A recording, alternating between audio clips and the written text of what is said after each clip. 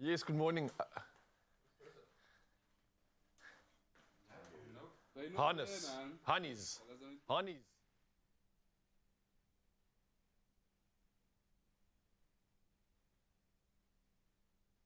I step into the day with the dawn ringing in my ears. Oh, I tune into my TV show. No better way, I gotta get myself into gear. Let's go. Oh, and I feel good today with my wake up in the morning espresso. I feel good today. It's my feel good breakfast show. Hey, you beautiful souls. Welcome to Monday. Yes, we've got a lot of energy for you. We're starting the week off on an incredible note. It's an inspiring and entertaining note that we are going to deliver this morning, Mzansi. So I'm going to give you the opportunity right now to take a big breath. Feel that magic in life inside of you and enjoy the next 3 hours because, we've got a lineup for you. So where do we begin? From meeting with an up-and-coming singer by the name of Harry Hannes, who is also someone that is definitely going to entertain, to the College of Magic, which is also on the list, and that's ahead of their unbelievable production. So we are definitely in for a treat. But it doesn't stop there, because if you're unsure on what to whip up for breakfast, lunch, and all the way to an easy, quick dinner, well, don't worry, we've got you sorted. Listen to this. We're talking about fruity parfaits. And I don't know if I'm pronouncing that correctly, but this is why we get educated in the kitchen. We've also got Mexican tacos with roasted corn salsa and avo crema. Yum, yum, yum. Look at the sight of that. That doesn't stop there, because we also added in a creamy tomato soup with crispy prosciutto and croutons. Oh, we're keeping it fancy out here, Mzansi, and I can't wait to deliver the next 3 hours of magic. And we've got a whole team on standby just waiting for you. We're delivering us one by one. We can't throw all the magic at you because it might be overwhelming. So next up on the list, G-Man, what's happening, bro? Oh, all the better for seeing your beautiful face, my brother. Welcome to it. Welcome to a brand new week to all of you at home. Thank you so much for joining us. Yeah, to echo what Raul said, I hope you had the most amazing weekend, but you are ready for an empowered week.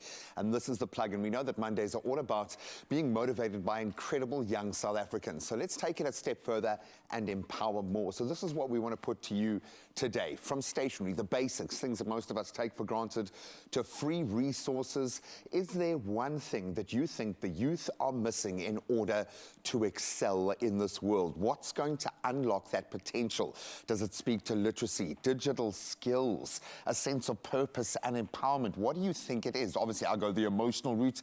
Maybe it's something super practical, just like stationery. Let us know, 063-408-8863. Drop us a voice note.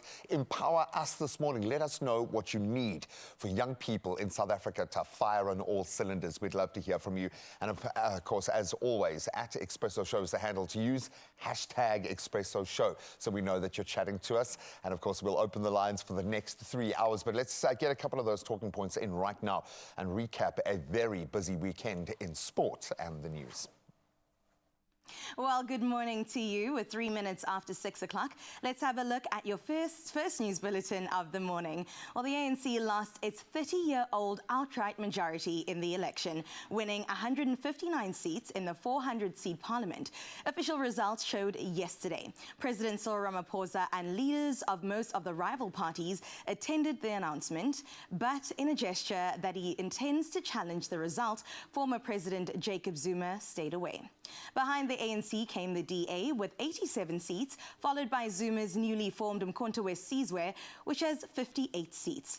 Our people have spoken, whether we like it or not, they have spoken, Ramaphosa said. Meanwhile, the ANC Secretary-General, Fikile Mbalula, says the ruling party is open to engaging with all political parties because they didn't obtain an outright majority in the general election.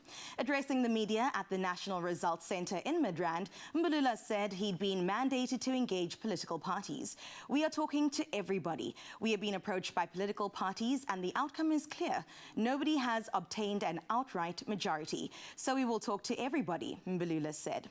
Now, looking at your international news, 5 Southern African countries have committed to expanding the use of a special common visa to allow easier movement of tourists. Angola, Botswana, Namibia, Zambia, and Zimbabwe, that form the Kavango-Zambezi Trans-Frontier Conservation Area, or CASA, have pledged to broaden use of this special visa, called a Univisa, which allows entry into multiple countries.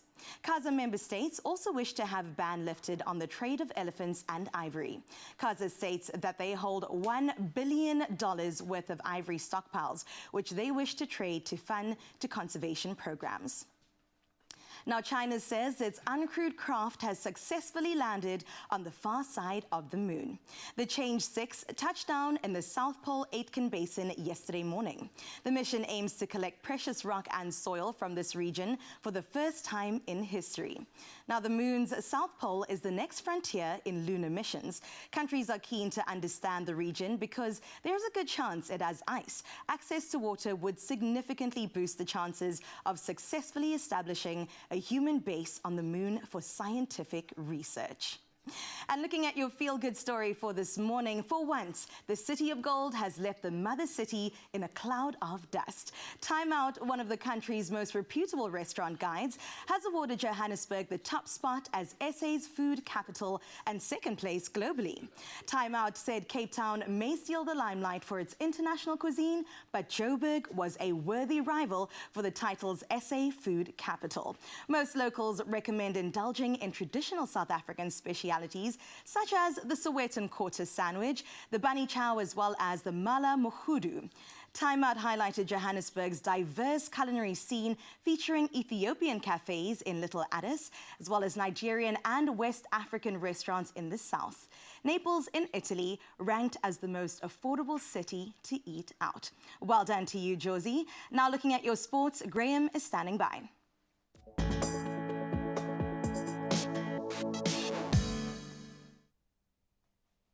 Thank you so much. Let's dive right in with the big one. One of the year's biggest headlines, as always. Real Madrid have secured their 15th Champions League title. Incredible.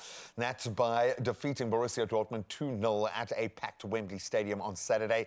Man of the moment, Dani Carvajal, he headed in a Toni Kroos corner in the 74th minute to the greatest in the game, combining there, followed then by a late goal from Vinicius Jr. So the victory extends Madrid's record as the most successful club in Champions League history, with 6 titles in the last 11 seasons. Incredible. Then a pretty good rugby weekend as well. The Bulls and the Stormers, they clinched their places in the URC quarterfinals during a thrilling final pool round. So the Bulls secured home ground advantage and the SA Shield with a bonus point 26-14 victory over the Sharks, finishing second on the log. But great to see the Sharks playing a very different brand of rugby as well. But it means the Bulls will now host Benetton at Loftus Versfeld, in the Stormers overcoming a red card to beat the Lions 29-24 in a thriller to secure 5th place. And that means they'll face the Glasgow Warriors in Scotland. Then, unfortunately for the Lions, they missed out on the top 8 as Ospreys' bonus point win over Cardiff just to edge them out of contention. So the other quarter-final matchups include Munster versus the Ospreys, and then a big one, Leinster versus Ulster. Kind of derby action there. Now let's turn to cricket. At a Group A action, Aaron Jones delivered an explosive, unbeaten 94 off just 40 balls, leading the USA to a 7-wicket victory over Canada in their opening game of the T20 World Cup. So Jones, who was born in New York and raised in Barbados, he smashed 10 sixes in a game-changing 131-run 3rd-wicket partnership with Andrews House, who then scored 65 off just 46 as well, and the duo lifting the USA from 42 for 2 to 173 for 3 in the 16th over. Then India, Pakistan and Ireland also competing in Group A, with 2 teams advancing to the Super 8 stage. Now, lots of focus on tennis, understandably, as we are back on clay, and Spanish 3rd seed Carlos Alcaraz, he swept past Canadian 21st seed Felix Auger-Aliassime with a 6-3, 6-3, 6-1 victory to reach the French Open quarterfinal, while Tsitsipas seeks his first major title. Maybe this is his year, but that's where we leave our sport for now, albeit we'll delve a little deeper into that Champions League final, scintillating as it was. Right now, let's get prepped for a new week with some new weather.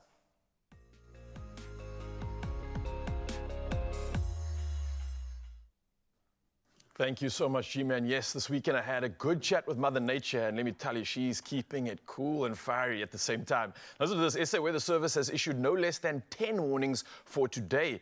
Now, 2 orange level 6 warnings are out for disruptive rain and snow, resulting in flooding of settlements, roads and bridges. Communities also temporarily being cut off, as well as danger to life expected along the coast of the Eastern Cape and its adjacent interior, as well as on its northeastern high ground. Now, the following regions are under a yellow level 4 warning for severe thunderstorms, large amounts of small hail and localized flooding. Now, this being the Central Karoo, Garden Route, Cape Winelands, Overberg in the Western Cape, the high ground of the Northern Cape and the extreme southern coast of KwaZulu-Natal. Now, on top of this, 4 yellow level 2 warnings for disruptive rain and snow, also out for heavy falls in parts of the Free State, Gauteng, KwaZulu-Natal, the Eastern Cape and Mpumalanga.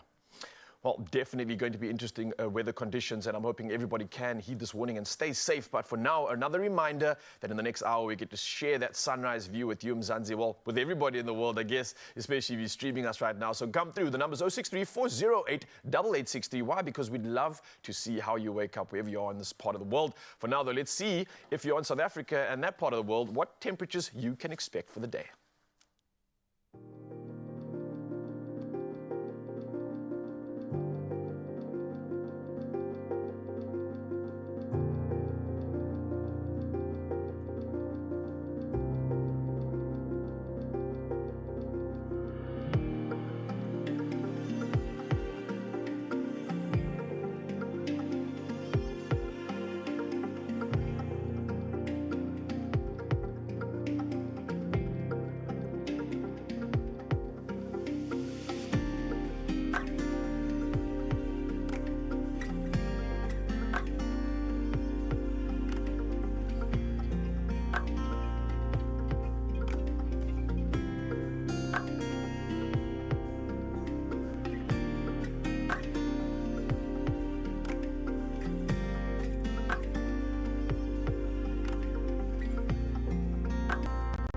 It's like a gear stick, eh? Bro, it's so it's going like down. 35 to 12. Things coming up. We have an incredible music artist that I think Raul and we're going to enjoy this, right? I'm definitely going to I enjoy might just Harry, grab a man. mic. Look at Harry standing by right now. This is the man himself, Harry Hannies in the building, coming through to entertain us, Mzansi. So what are you waiting for? Put your best clothing on, come through for the next few hours and enjoy the show. We'll see you after this. Only you can make my day.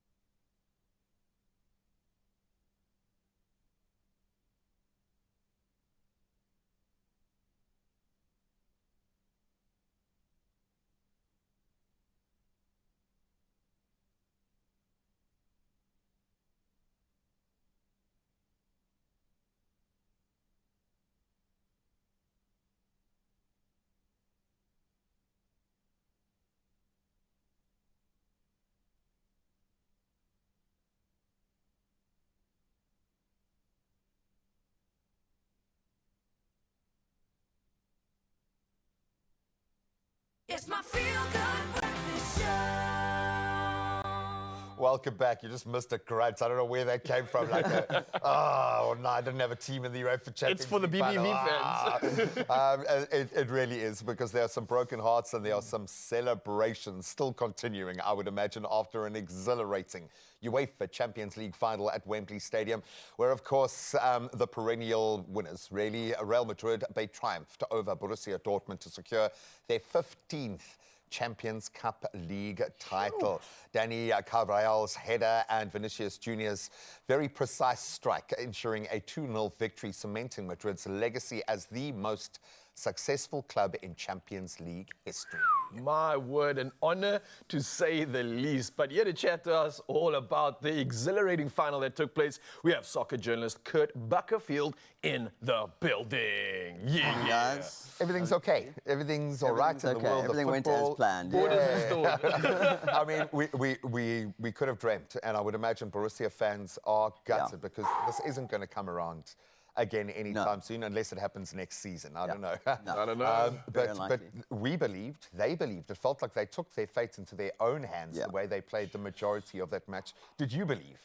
Absolutely. In that first 30, 40 minutes, I was thinking that Dortmund, could actually get their hands on that title. But it obviously wasn't to be, and it's a pity. But it's funny how, because it was the expected outcome of Real Madrid winning the Champions League, we forget to analyze the match. We forget to actually analyze the chances that they had. And they had some really, really good chances. But credit to Real Madrid, we just touched on it as well, staying composed.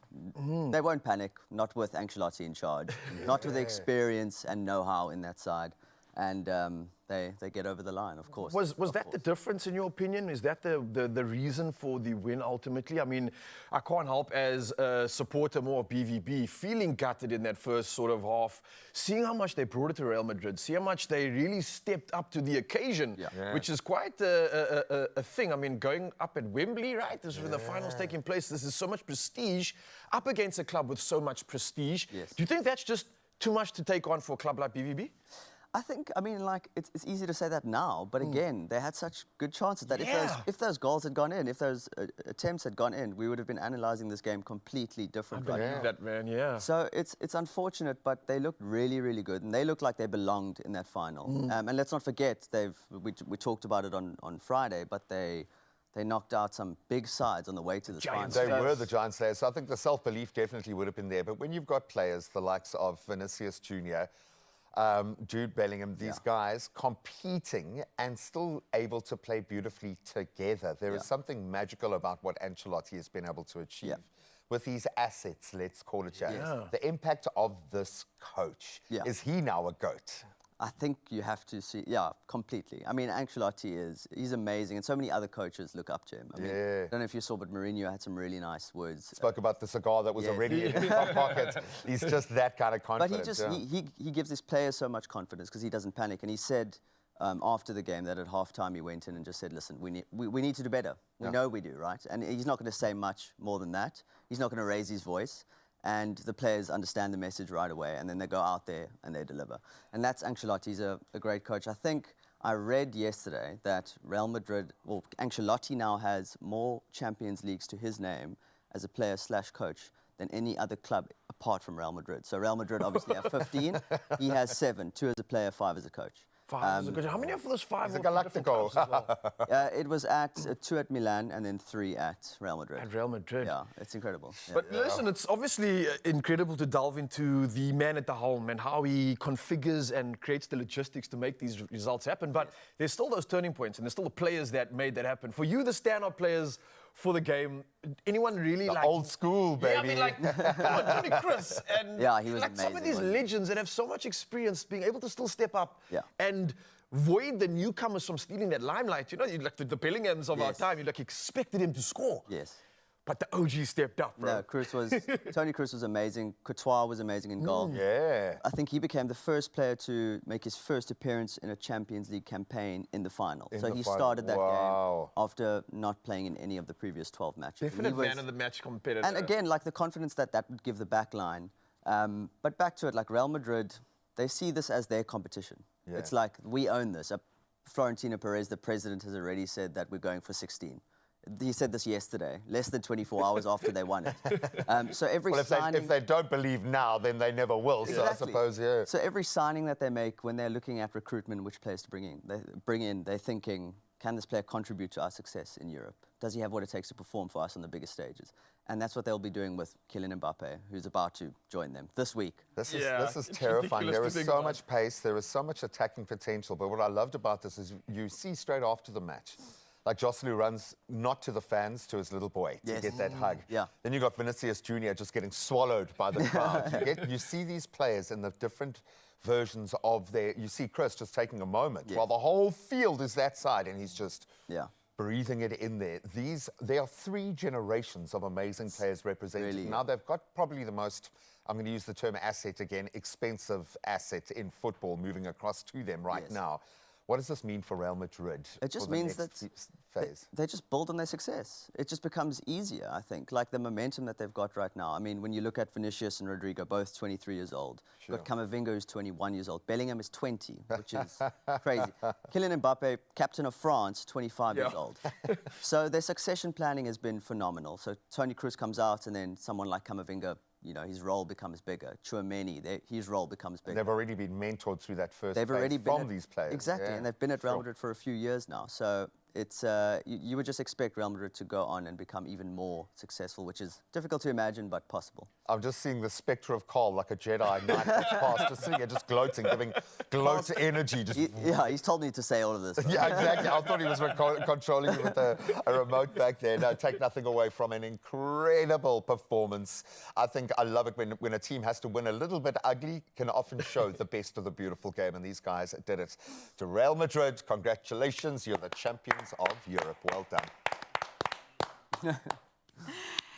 Huge congratulations to all Real Madrid fans. Listen, if you want your Monday to feel as good as them, then you want to listen up, because today could be your lucky day when you play Daily Lotto for an estimated 55,000 Rand jackpot. Now, luckily, there are so many ways that you can go ahead and buy your tickets, including in-store, or you can head over to the nationallottery.co.za website. You can even head over to the mobile app, or alternatively, go ahead and purchase your ticket through cell phone banking, or by dialing *120 *7529 hash for USSD. Now, if you're still waking up this morning and those details just went right over your head, fear not, because all of that will be available on our Expresso social media pages. So go ahead and check them out.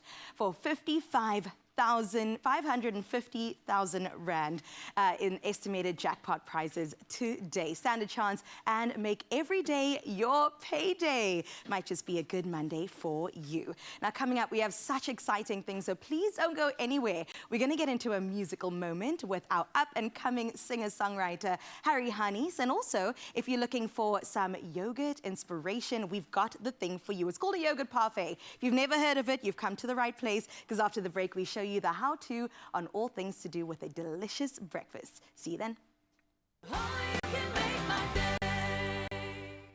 Drained? Dehydrated? You have lost more than just fluid. Recover faster. Add Rehydrate, SA's #1 oral electrolyte mixture.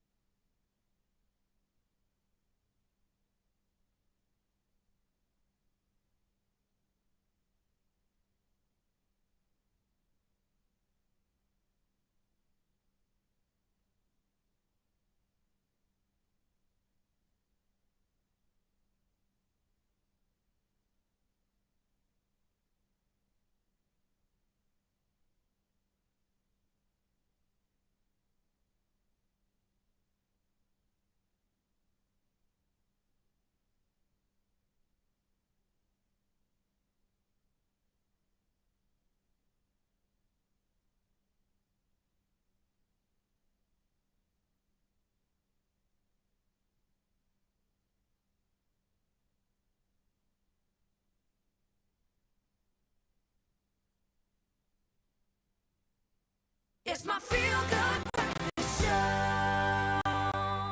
Well, if you're just joining us, a very big good morning to you. Welcome to your Feel Good Breakfast Show. And joining us right now is Harry Harnies. Now, he is a humble local singer busking on corners to stages all around the country. I did a bit of an Instagram search, and I'm telling you, he is so talented, Ryle. I can't wait for us to talk to him and for him to perform for us. But for now, let's take a look at his talent. Take one. Something different.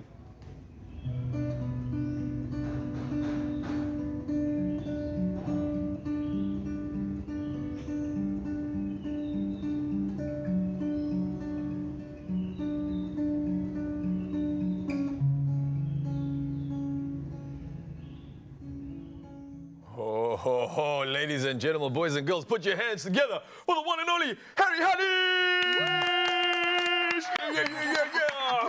And that was just a teaser, actually, Yeah, he's right? even singing. I love him already. Bro, how you doing? I'm good, and you guys? Yeah, fantastic. I have a little bit of an accent there or something. Where's that from?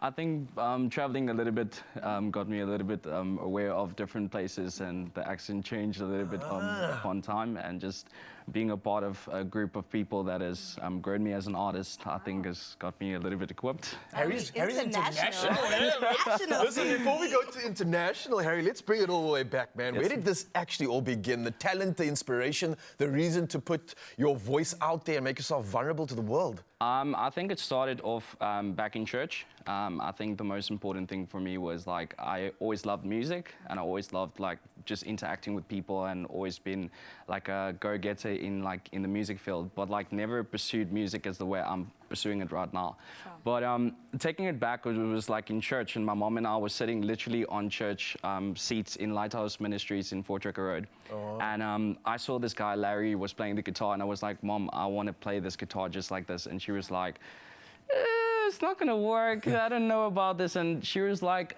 look, if you want to go for it, I believe that you can if you put something in it, you will get something out of it. And then I decided to take a couple of lessons, and then from there, this was the first instrument that took me like literally a couple of months to learn. I played drums, piano, and saxophone, and guitar. But this instrument, I fell in love with it. Okay. And I was like, afterwards, I just became like used to it. And Larry told me, listen, Harry, all you need to do is just get used to the instrument. And like, I never knew how to sing a song or be able to vocalize, and never knew nothing about that. And then it came about, and I took a couple of lessons with him, and then I learned like the chords and everything about the guitar.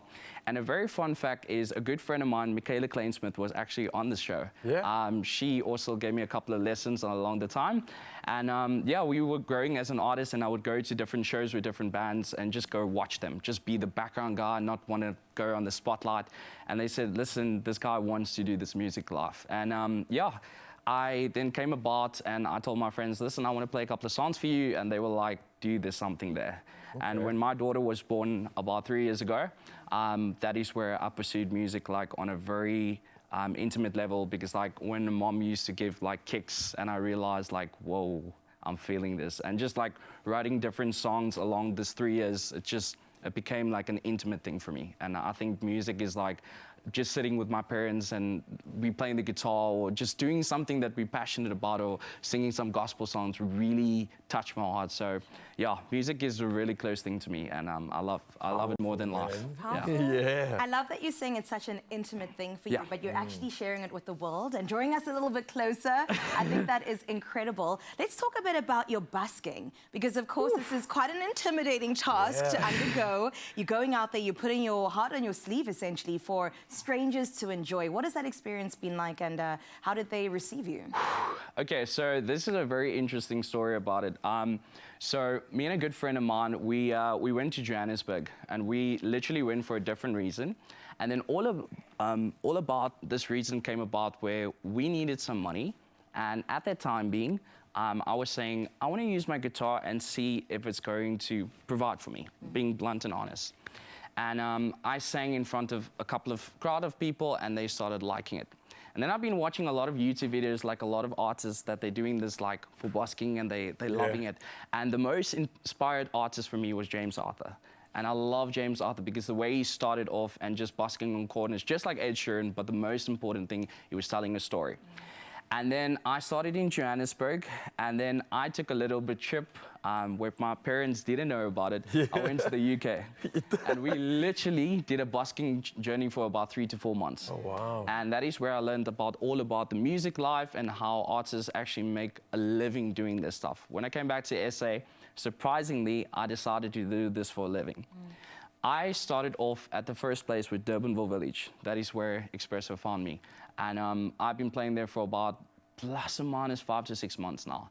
And every single time I'm passing by, it's not about the tip jar, how many tips are in there, or how much money you make, but most importantly, just like when the people are just saying, look, I love your music, I love what you're telling, I love your story, I love the authenticity, I love the originality.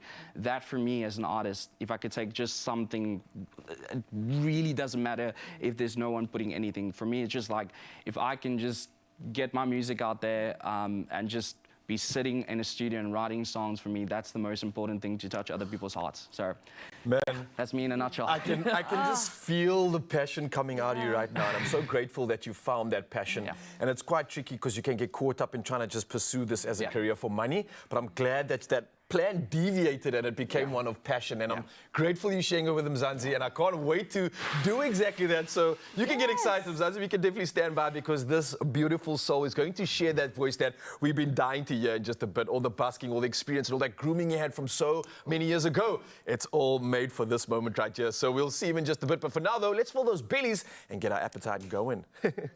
Yep, we're going to level up your breakfast this morning, giving you a dose of inspiration to live your best life is what we love doing the most on your Feel Good Breakfast Show. Hopefully we get that right. And of course, the breakfast, the meal form of it, sets you up to have a fruitful day. So we're inspiring you this morning with our very own Fruits of the Forest Breakfast Parfait creations. Yep, we're taking the notion of a parfait, we're pushing the bows out just a little bit, but it's going to be fresh, delicious, and jam-packed with fruit. And set out in front of us is a beautiful array of ingredients, including our fruits of the forest. And that comes in some amazing flavors, and we're going to be working with the citrus. And I say we because I've got my gorgeous friend now joining us. This is really simple, okay? I know the ingredients look amazing, and we've got some superfoods represented here. Most importantly, our fruits of the forest, we're going for citrus, which I love. It's got a bit of orange, bit of lemon. It's got that zesty kind of freshness. It's going to bring out the tartness in the berries, no? Exactly. Now you're learning, girl. Now you're learning. So basically, all we have to do, and we're going to treat this as a competition because that's what we do every time on the show. I'm ready, and then maybe you guys at home can decide which parfait just looks the better. But it's all about layering up. Yes. And what I like about this is you can be quite intentional about the nutrients and the roughage and the things that you're wanting to put in here. So we're going to layer up, and I'm going to leave it up to you to decide. Look at this gorgeous glass. I know. Okay. And this is quite cute. If you're going to be doing desserts or like a brunch where you're hosting people, something like this, quite light, a little goes a long way as well, which I think is always important. Is there an order, or am I just going... Well, I always kind of cast a side eye towards our professional job over here, which does look absolutely exquisite. Right. So I think layering is really important. I always think from mouthful to mouthful, what are you getting in? Yes, the perfect bite is what And now, because you started with yogurt, I'm going to have to start with yogurt Graham, as well. come on. And you've already spelled, there's which some means for I'm the in gram. the lead. Yeah, exactly. Some for the gram. I'm going to even just start with a couple of little berries at the bottom. Okay, how does competition work? Who gets it first, and who's the best? I tell you what, I won't rush you because I feel like I'm always rushed. Since you've arrived here, we've had you on a clock timer going. So we'll let the viewers, based on visual presentation, they can decide. Okay, cool. What they think is best. Okay, I'm going through a couple of different layers. You said berries first. I like the idea of kind of finding that pop of flavor. Blueberries for me are like a little explosion of joy in your mouth, which is great. I love a firm berry as well. It must be firm and tart. Yes. Okay. And then, of course, we've got our beautiful nuts and seeds going in here. There goes the blueberry. And while we've kind of loaded these, we really do treat breakfast as that nutrient-rich meal. And I think trying to fit in breakfast as a meal with all the right kind of nutrition that can be tasty is a bit challenging in most of our busy lives, especially if you've got kids involved. Clover Fruits of the Forest is now thicker and creamier with real fruit pieces, some beautiful chunks, making it more convenient than ever to have a fruitful day. I love it. And I suppose I need a bit more yogurt. Do you even steal my spoon? That's okay. That's okay. You know All's fair in love and wear. All's fair in love and yogurt. Okay, so I went yogurt, granola, some berries, just so you can see it around the edges. And then I think I'm going to top it with like a touch of of the seeds. Okay, you don't very need good. too many seeds, to be honest. Very nice. And then Ooh, some yours looks honey. great. Well, okay. I should have been concentrating Yours a just bit looks more. like Yours, yogurt and berries, to be it honest. it Like, really where does. does the granola even feature? It's just Ooh, like that was a lot me. of honey. There are layers to this game. That looks exquisite. Okay, wait. man. I'm Okay, just going we're to about get to one fight more over dollop that. on top. One there. That looks great. Okay, guys, you can head over to the Expresso social media pages and tell us which of these berry creations gets your vote. I can see who's going to I win mean, if already. we're being honest, the one on the right looks extra special. Okay, What but do you your mean, like- touch of honey did something to that now. I don't know if it did enough, though. Your color blocking was absolutely beautiful. Your use of the fruits was I'm gonna add more exquisite there. Loaded with flavor, loaded with nutrients. Fruits of the forest ensure that it's loaded with fruit as well. Absolutely delicious. Which one do you prefer? Let us know. Is it Team Carissa? Is it Team Graham? You can let us know on the Expresso socials. And while you do it, fill up your bowl and enjoy your very own fruits of the forest. And, of course, make sure that @Expresso Show is there whenever you chat on the socials so we know you qualified. Who is it? Team Carissa? Team Graham? I don't know. I think it's me. Yeah, yours Well, does she look has a good. good sportsmanship, but we all know. I mean, come on. Oh, now I'm hungry. Yo. Enjoy a thicker and creamier full cream yogurt with real fruit pieces. A fruitful day awaits with Clover Fruits of the Forest. Well, right now, I'm not on any one of your teams. I'm on this man's team here because we've got an absolute win in the building. Ladies and gentlemen, I'm talking about Wayne Bierkus. The man has set his eyes on the Olympics. And if you've seen what he's already done, oh, you're going to back this man. You're going to put all your money behind him. Look at that stallion climbing out of the water. But hold up, Mzansi. We will dive into that conversation in just a bit. And also an inspiring conversation about how we are helping so many schools out there. And we're doing just that. So don't go anywhere, Mzansi. A lot to dive into when it comes to celebrating our youth, which is just around the corner. There are stories of dreamers, and we're inspired by them all. We invite you to write your story with us. Your story matters. ABSA.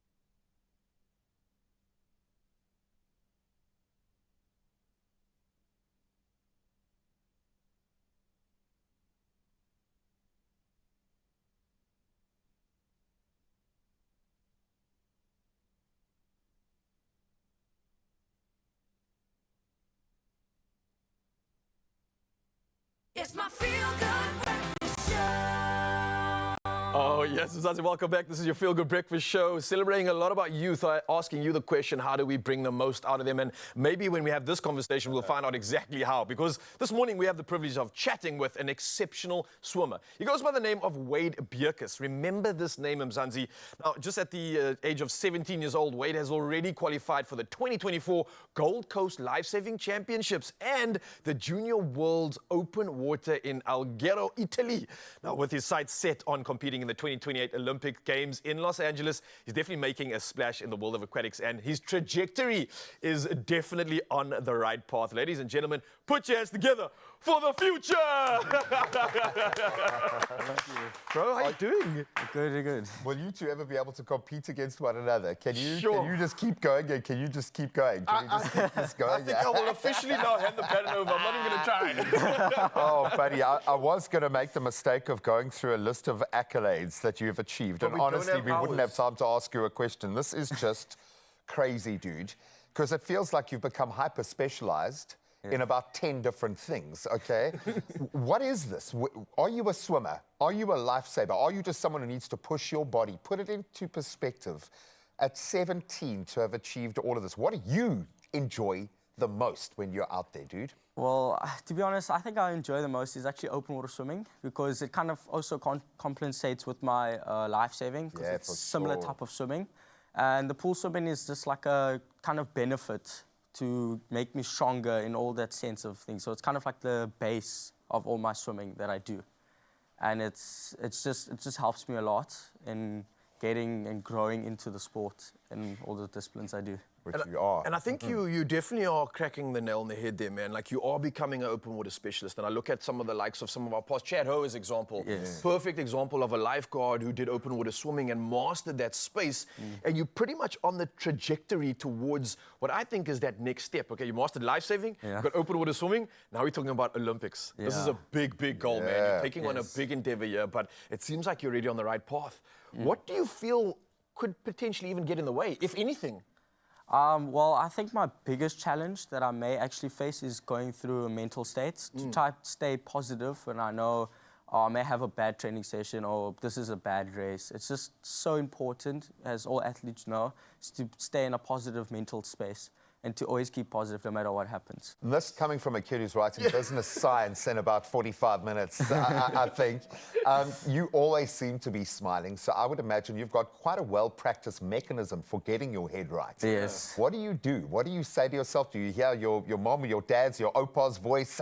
What happens to bring that mind into focus? Well, mainly what I do is just before I would go into the water, I would just tell myself, am I going to really let this go to waste? Or am I going to really let someone despise me for being who I am? Yeah. Or am I going to let someone bring me down just because they said I can't achieve this? And I use that to motivate me to be able to push beyond my current threshold. Now I understand why you look like a crazy person just walking around talking to yourself the whole time. But it's a tough thing, and I even chatted to my nephew and niece. I was out in Joburg, also doing incredible things as a young age. And something that I am so inspired by is how you deal with the moment. When I was younger, I would get sick. I would get petrified of these big events because Couldn't eat. I believed I could produce the result, but now you got to actually show that and come to the party. That's a different case, right? How have you practiced being able to show up? I know we're talking about switching on, which is one thing. Okay, cool, I'm on, I'm ready, but now you got to deliver, take everything you practice and execute that. How does that process work for you? Is it a simple thing? Well, it kind of is. What I've learned over doing all of these sports and all of the events that I do is that it's best to rather step back and to take things as they come in time. Because when you start to look into the future more, you can start to become more overwhelmed with things and become more nervous, and you're most likely to not perform at the best of your ability. So I tend to just rather think as what I'm about to do, think what I need to execute during this time period and event, and then I just take it as it comes, Yeah, dude, I can't wait, because the joy of this job, and he's a little bit younger than me, so he hasn't experienced it quite to the degree that but I'll get to probably interview you when you make it into that Olympic team. Yes. And hopefully get to interview you when you get that Olympic medal, because this is how it works. You've manifested where you are right now, and it's the first step of many, dude, but you've made it. You've done that first massive thing, which is believe in yourself in a way that I don't think we've had a young athlete kind of speak with this level of... No, with this integrity, man. Yeah. I want to make a deal with you, bro. Can you just promise me when you win a medal at the Olympics, we're going to get the first interview, right? Okay, yes. Okay, deal. Yes, in the bag. Bless you, child. Yeah, but I love the fact that you're taking it step or stroke by stroke, just with the love of the open water. Just come back, okay? Just don't just keep going, man. We absolutely love it. And I'm not going to say this just you. Everyone who is writing exams at the moment, especially you, buddy, just you know what to say to yourself on the way to the exam now. You've got this. Are you really going to let this opportunity pass you by? I don't think so, man. But a massive, massive pleasure to connect with you this morning. Keep Thank going you so strong, much. bro. Thank you.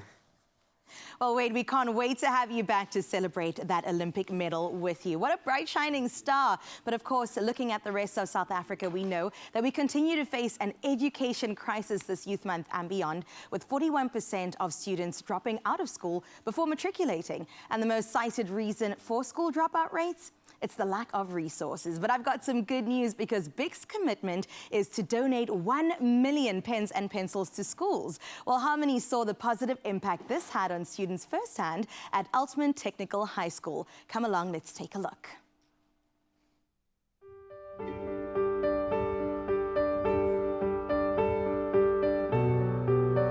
We're at it again with BIC and their Buy a Pen, Donate a Pen initiative. BIC is committed to donating 1 million pens and pencils to schools every year under the slogan, "Together we can make a difference." The initiative aims to provide students with the necessary stationery in order for them to complete their school year. And today, we're at Altman Technical High School, where BIC will donate the necessary stationery to encourage the students to finish strong. Ma, thank you so much for having us in your lovely school. You're most welcome. Why is it essential for the youth to have an education, and how does it enrich their lives? Education is very important, very valuable. It builds character and personality. It gives them skills from writing, speaking, listening, and we are a technical high school, so with the civil technology, they go home with skills that they can use to make a living. What are some of the challenges that the students face? Mostly psychosocial problems. We have quite a number of learners heading families. They are actually primary caregivers. So they come home stressed already. They just need us to give them the skills, to give them love, warmth, and impart the knowledge they're here for. Amy, we love what BIC is doing in our schools. Why have you chosen this specific initiative, and what do you hope to achieve from this? We're really invested in the communities that we operate in, and education is a core commitment of ours as well. So BIC being that staple brand in learners' journeys, it's really important for us to make a difference and make sure that we are evident in our learners' journeys. And part of that also is a national initiative of Together We Can Make a Difference, which is all about raising awareness around this high school dropout, which is sitting at 41% currently in South Africa. So we really want to reach out to those individuals and organizations to come together and help make a difference and give our students the resources that can help them finish the school year. A lack of resources is one of the main reasons why our students don't stay in school. So why we are wanting to do this is because we feel like providing the tools that allow learners to finish school, the self-expressive tools like your coloring pencils, will allow them to succeed and complete their school year. So it's important for us to give them the resources that will allow them to do this. Nelson Mandela once said, education is one of the weapons that one can use to actually change the world. So these learners, when we encourage them to actually pass and finish school, go to varsities, it means that they can be able to change their background. That vision that you have, you can achieve it through education. So So we're looking for those like-minded organizations, individuals and brands that can help contribute with other resources, you know, things like food, hygienic products, school clothes, school shoes. So it's about reaching out to those organizations and those brands and saying, come on, let's get together, let's give our school students these resources so they can finish their school year. And in addition to this, if anybody wants to reach out to us, they're welcome to visit the Big South Africa website, navigate to the stationery page and go to the Buy a Pen, Donate a Pen initiative. You know, it's so important, so exciting. It comes just at the right time when they're writing exams. So with a pen in hand, they can explore, they can share information, they can even write letters of gratitude to ourselves. And we're excited to have Big showing just a big heart like this. To date, BIC has donated over 15 million pens and pencils to schools across the country. These donations are just a small way that BIC aims to achieve their mission of giving pens and pencils to students across the country to help them achieve their dreams, to help them learn, and to help them succeed. By getting writing tools into the hands of the youth, BIC believes, along with the support and effort of individuals and organizations, that they could significantly reduce the high dropout rates of students across the country and also to encourage them to finish their school year strong.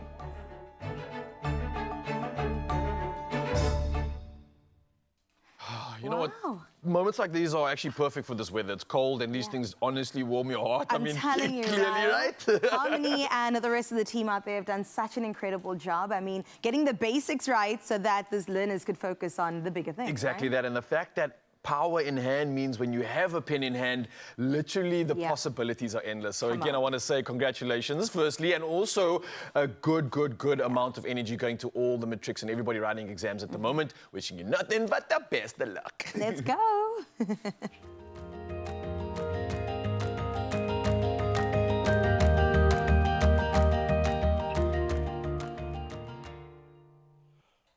Yeah, I echo that. All the best of luck. Go and conquer those exams today. Maybe you just need an inspirational tune, an anthem to get you there.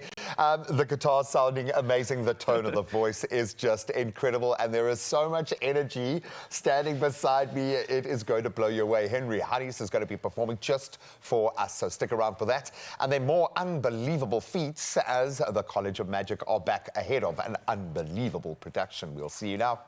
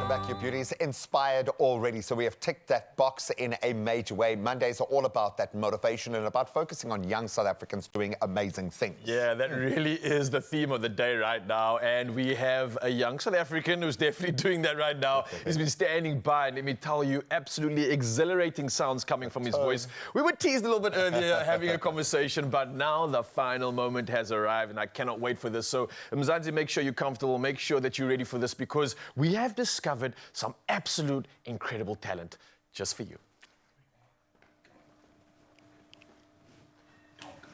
Hello guys, I'm Harry Honeys, and this song is called Say Won't Let Go.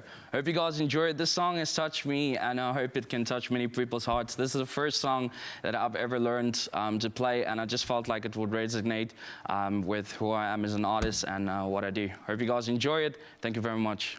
Thank you.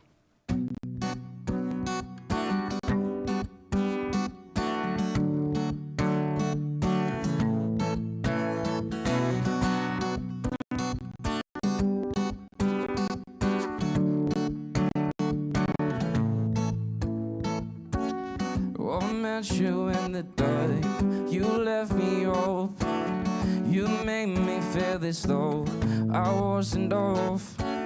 We danced another way, we drank so much. I called you on back when you were throwing up. Then you smoked over your shoulder. For a minute I was stone cold sober. I pulled you closer to my chest. You asked me to say over. I said I already told you. I think that you should go some rest. I knew I loved you then, you never know. I played it cold when I was scared of letting go. I know I needed you, I never showed. I wanna stay with you until we get old. Just say you won't let go. Just say you won't let go. Yeah. Just say you won't let go. Just say you won't let go. Oh, we could walk be some breakfast and date. Oh, bring you coffee with a kiss on your head. Oh, take the kids to school and wave them goodbye. Oh, thank the lucky stars for the night. Then you smoked over your shoulder. For a minute I was stone cold sober. I wanna dance with you right now. Oh, I'm so in love with you, and oh, you know, darling, your love is more than worth its weight in gold. We come so far, my day. Look how we grown. I wanna stay with you until we get old. Oh, won't you say you won't let go? Just say you won't let go. No, just say you won't let go. Just say you won't let go. Oh no, I needed you, as I never showed. I wanna stay with you until we gray and old. Just say you won't let go. Just say you won't let go. Oh no, won't you say you won't let go? Oh, won't you say you won't let go? Thank you. Wow, how on earth am I supposed to do my job after that? That was absolutely incredible, and we got a whole lot more coming, Mzansi. For now, though, it's just about to go on the hour, and that means official duties must commence. So let's dive into national headlines first, and President Cyril Ramaphosa signed the Pension Funds Amendment Bill on Saturday. Now, this enables the so-called two-pot system for retirement funds. Now, the system consists of a savings component and a retirement component and applies to contributions made after the 1st of September this year. Now, this means that during a crisis, members of a pension fund can access a portion of their retirement money. Now, Ramaphosa also signed into law the SA Institute for Drug-Free Sport Amendment Bill, which relates to anti-doping policies in sports. Well, carrying on with national headlines, the ANC lost its 30-year-old outright majority in the election, winning 159 seats in the 400-seat parliament. And official results showed this yesterday. Now, President Cyril Ramaphosa and leaders of most of the rival parties attended the announcement, but in a gesture that he intends to challenge the result. And former President Jacob Zuma stayed away. Now, behind the ANC came the DA with 87 seats, followed by Zuma's newly formed Mkhonto weSizwe, which has 58 seats. Now, our people have spoken. Whether we like it or not, they have spoken. And this was a quote coming through from Ramaphosa himself. Well, we now move over to international headlines, and Israeli forces have continued striking targets in Gaza, even as the US and its allies push for both sides to accept a ceasefire proposal. Now, the US government says it has every expectation that Israel will accept a ceasefire proposal that would begin with a 6-week cessation of hostilities in Gaza if Hamas takes the deal. Now, the 3-part plan unveiled by President Joe Biden last week would also see a surge of humanitarian aid, as well as an exchange of some hostages for Palestinian prisoners before a permanent end to the war. Well, carrying on with our headlines, 5 South African countries have committed to expanding the use of a special common visa to allow easier movements of tourists. Now, Angola, Botswana, Namibia, Zambia, and Zimbabwe that form the Kavango-Zambezi Transfrontier Conservation Area, otherwise known as CASA. Now, they have pledged to broaden use of the special visa called a Uni-Visa, which allows entry into multiple countries. Now, CASA member states also wish to have a ban lifted on the trade of elephants and ivory. Now, CASA states say they hold $1 billion worth of ivory stockpiles, which they wish to trade to fund conservation programs.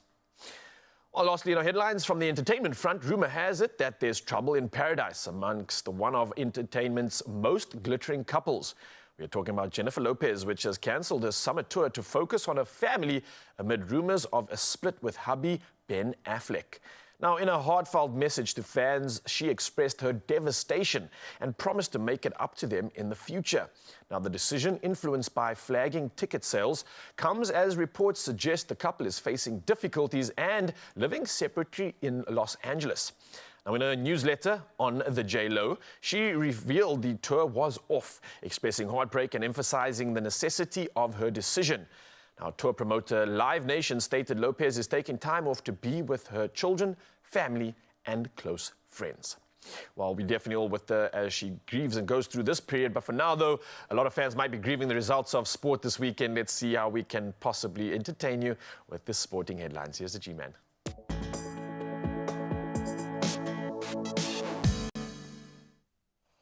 Yeah, thanks, Raul. She was Real Madrid, he was Borussia Dortmund. It was never going to work. Let's start with some footballing news right now. And what a moment in footballing history. Real Madrid securing their 15th Champions League title, defeating an incredible Borussia Dortmund 2-0 at Wembley on Saturday. Dani Carvajal headed in a Toni Kroos corner. The OGs combining beautifully in the 74th minute, then followed by a late goal from Vinicius Jr. to cap his incredible season. And this victory extends Madrid's record as the most successful club in Champions League history, with 6 titles in the last 11 seasons. Incredible stuff. Now let's turn to rugby and an incredible weekend as the Bulls and the Stormers clinched their places in the URC quarterfinals during a thrilling final pool round. So the Bulls secured home ground advantage and the SA Shield with their bonus point 26-14 victory over the Sharks, finishing second on the log. This has earned them the right to host Benetton at Loftus Versfeld. I'm sure they'll want some revenge from a couple of seasons ago. The Stormers overcoming a red card in their game to beat the Lions 29-24 to secure 5th place, and they'll now face the Glasgow Warriors in Scotland. And unfortunately for the Lions, who've had an incredible season, they missed the top 8 as Ospreys' bonus point win over Cardiff just to edge them out of contention. So the other quarter-final matchups include Munster versus the Ospreys, and then a big one, Leinster versus Ulster. Kind of a mini-final there as well. Now let's turn to the explosive cricket that has just started exploding in Group A action of the World Cup. Aaron Jones delivered an explosive unbeaten 94 of just 40 balls, leading the USA to a 7-wicket victory over their neighbours Canada. That was, of course, in the opening game of the T20 World Cup. So Jones, born in New York and raised in Barbados, maybe that's where the cricketing skill came in. He smashed 10 sixes in a game-changing 131-run third-wicket partnership with Andries Gous, who scored 65 of 46 balls. Nice to see a Safa in the mix there. The duo lifted the USA from 42 for 2 to 170 for 3 by the 16th over. And India, Pakistan, Ireland also competing in Group A with 2 teams advancing to the Super 8 stage. But it's going to be a cracker. Now let's get back to Roland Garros. The Spanish third seed Carlos Alcaraz, he swept past Canadian 21st seed Felix Auger-Aliassime with a 6th. But that's where we leave our sport for now. Let's get a catch up on the roads.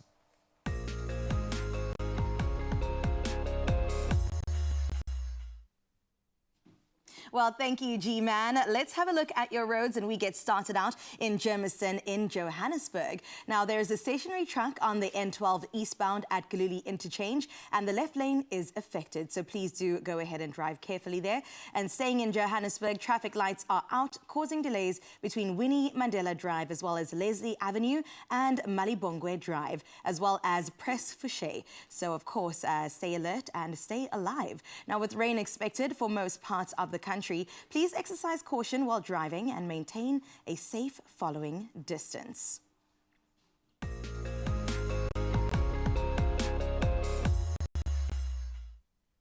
Now let's take a look at that weather. The SA Weather Service has issued no less than 10 warnings for today. 2 orange level 6 warnings are out for disruptive rain and snow, resulting in flooding of settlements, roads and bridges, communities temporarily cut off, as well as danger to life expected along the coast of the Eastern Cape, its adjacent interior, as well as on its northeastern high ground. Now, the following regions are under a yellow 4 warning for severe thunderstorms, large amounts of small hail and localized flooding. Those are the Central Karoo, the Garden Route, Cape Winelands, Overberg in the Western Cape, high ground of the Northern Cape, as well as extreme southern coast of KwaZulu-Natal. 4 yellow level 2 warnings for disruptive rain and snow are out for heavy parts of the Free State, Gauteng, KwaZulu-Natal and Eastern Cape, as well as Mpumalanga. Now, of course, moving from rainy weather into the sunshine, let's have a look at what we can see this morning when it comes to one of our favorite views of a sunrise that we've seen this year yet. Cannot wait to get into it. Although the weather is gloomy, let's set our eyes on one of our favorite sunset views of the year so far, which was sent out by Nancy from Pennington out in KZN. Just have a look at that. The way the waves are meeting that beautiful sky and the sun is just saying hello to each and every one of us this beautiful Monday morning. Do remember to continue sharing your morning views with us on 063 408 8863. Now let's have a look at your temperatures you can expect for the rest of today.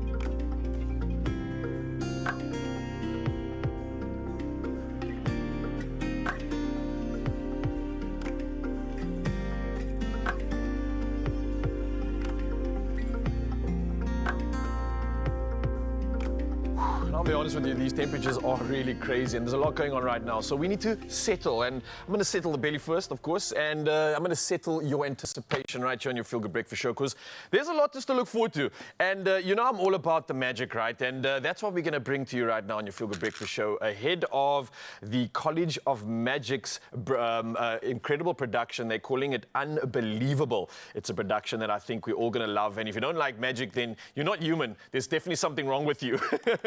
Now, there's not something wrong with you if you stay and stick around right now, because also coming through, we got JP Sebastian ahead of the review of that movie, Ezra. So, Mzansi, a lot to look forward to. We're switching things up, and I'm going to make sure that this belly is settled, because we've got a lot to look forward to around the corner. We'll see you there.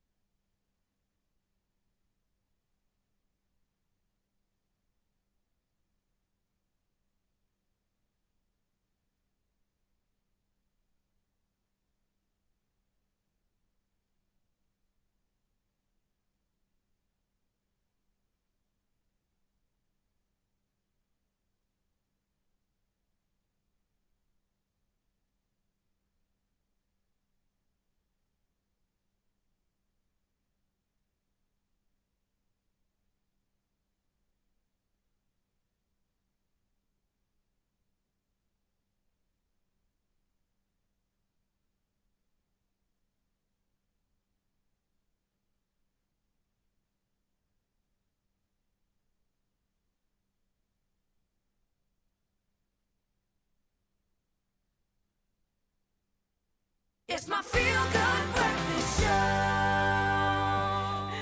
Welcome back. You can see by the size of our smiles, a new energy has entered our space. Wow. And the College of Magic is set to host an incredible, almost unbelievable production filled with awe and amusement and a whole lot of positive energy. It's the Unbelievable Family Magic Show happening this weekend at the Artscape. Oh my goodness, I'm so excited about this. You did say, Carissa, watch your jewelry. Yeah, I know, just check your watch. Yeah. And joining us right now, the culprit of who we're talking about is Sinatemba Bawuti. He is, of course, the circus director for the College of Magic. Let's please give him a warm welcome before we take a sneak peek on what he's done. Welcome to it. All right, let's get a little sneak peek at what the College of Magic is all about.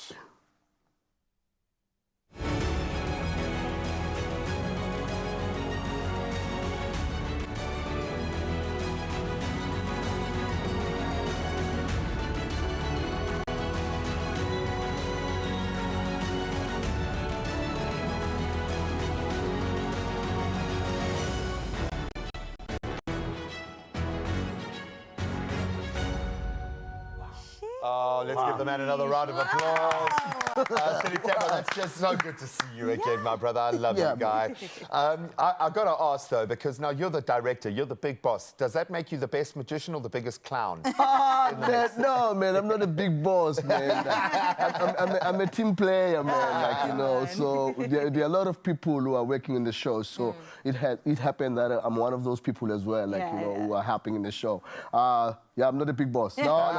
The team player. When you're here, you're the big boss. Exactly. Crown you with that honor. Really? I didn't know that. Yes, again, just check, have you got watches, rings? Nothing's going to disappear now. Now Relax. Yeah, that's coming in the next segment, but so good to have you back in our space, my friend. Can you believe it? I know, and it means that big things are happening. So how is the College of Magic in 2024, my friend? The College of Magic, man, is doing well, and then we're getting bigger and bigger. We're doing a lot of projects. We're doing a lot of shows. Yes, man. I mean, like, we're taking children overseas, so College of Magic is doing a lot of good things, man. A lot of good things, yeah. Well, speaking about the good things you're doing, I know it is such a cultural highlight to come to the show every single year, right? Yes. Tell us about the show you put on this year that's happening at the Artscape this weekend. Yes. Sinatemba, that's huge. Actually, the name of the show is impossible. I mean, it's unbelievable. Can you believe it? No, I won't. Until I've seen it, I won't believe it. So what's happening in the show? The show actually is based on the story of Ndombi who find a magic book, and then she finds herself like in a magical world. And then there are College of Magic student and the College of Magic graduates who are performing in the show. So the show is full of magic, illusion, like grand illusion, especially brand new illusion that no one has ever seen them before here in South Africa. So actually the show is big, man. Comedy is there, juggling is there, puppetry is there, like, you know, so it's one of the biggest shows in Africa. Just looking at those kids' reactions, the faces speak a volume about how mesmerizing a show like this is. But you've taken it a step further now. So we've got Marcel Pretorius helping you out with the production, which speaks to quite a nice level up. Matthew Baldwin. Yes. A lot more. It almost feels like this is quite a pro setup. And I think for those young magicians, especially the amateur juniors, to be able to get time on a stage alongside accomplished magicians and performers, how important is that? You see, the thing is, first of all, like, you put Marcel and Matthew in the same room, those guys are very talented. They're magical, And then Matthew's, we know Matthew's the best actor as well, and then Marcel's the best presenter as well, like, you know. So what happening is this, Matthew is going to bring his drama skills in the show, and then Marcel is going to bring his comic presentation skill on the show. And then it's a great opportunity for these young learners who will be performing in the show as well to share the stage with these guys. Like, you know, I think it's a wonderful experience for them.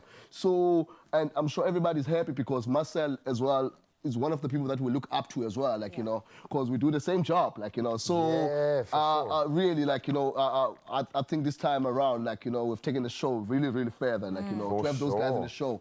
And there are a lot of people who are going to be in the show. It's a lot of surprises as well. I love that, and the Artscape's the perfect setting for it. It's just level up, level up, level up. I love it, man. That's what we're doing, man. Like, you know, that's what we're doing. Like, you know, that's what we're doing. Try to put, like, you know, trying to give these young people an opportunity to share the stage with a bigger artist as well, so that they can see one day they can be like, they can do the same job with these guys as well. It's sort of like creating a learner pathway for them as well. Like, can you imagine at that age in their CV, I've shared a stage with Marcel, I shared a stage with Matthew, you know? It's a very my last performance was at the Artscape.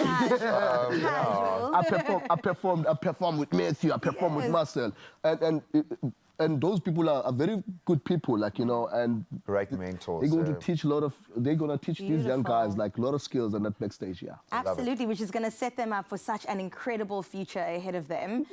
Well, listen, how do we book our tickets to see everybody come together? Like you said, the Matthew, the Marcels, and of course the kids coming together. So the tickets start from 135 to 150. Nice. Nothing. Yeah. And you can book your ticket at Web Tickets. Yes, and then if you buy like more than 10 tickets, you can get a discount, but I'm not too sure about what's the percentage of the discount, So, but if you buy 10, you know, man, we're going to give you like, you say, let's be fair. If you've got a kid's party coming up, especially, because I know I had my son's birthday party at the College of Magic, and it was like literally walking into Harry Potter, which was just amazing to me. That. What I loved is the parents were, I think, a bit more blown away than the kids were even. The magic is good. And of course, the unbelievable family show happens from the 8th to the 9th of this month at the beautiful Artscape Theatre, and you can see this bundle of energy, share the stage with some incredibly talented young magicians, and we'll introduce you to a couple of them in just a moment. And then what's happening is this, after the show, after the show Artscape, we're going to take the show to other communities, like, you know, and then we call it a Kasi Magic Festival. We want to give the young children the opportunity to see a theatrical show in township. So we're going to go to Langa, we're going to go to Guguletu, we're going to go to Khayelitsha. So that show from Artscape is going to form the part of the Kasi Magic Festival. We take it on the road. Well, their little tour reaches your feel-good breakfast show after this.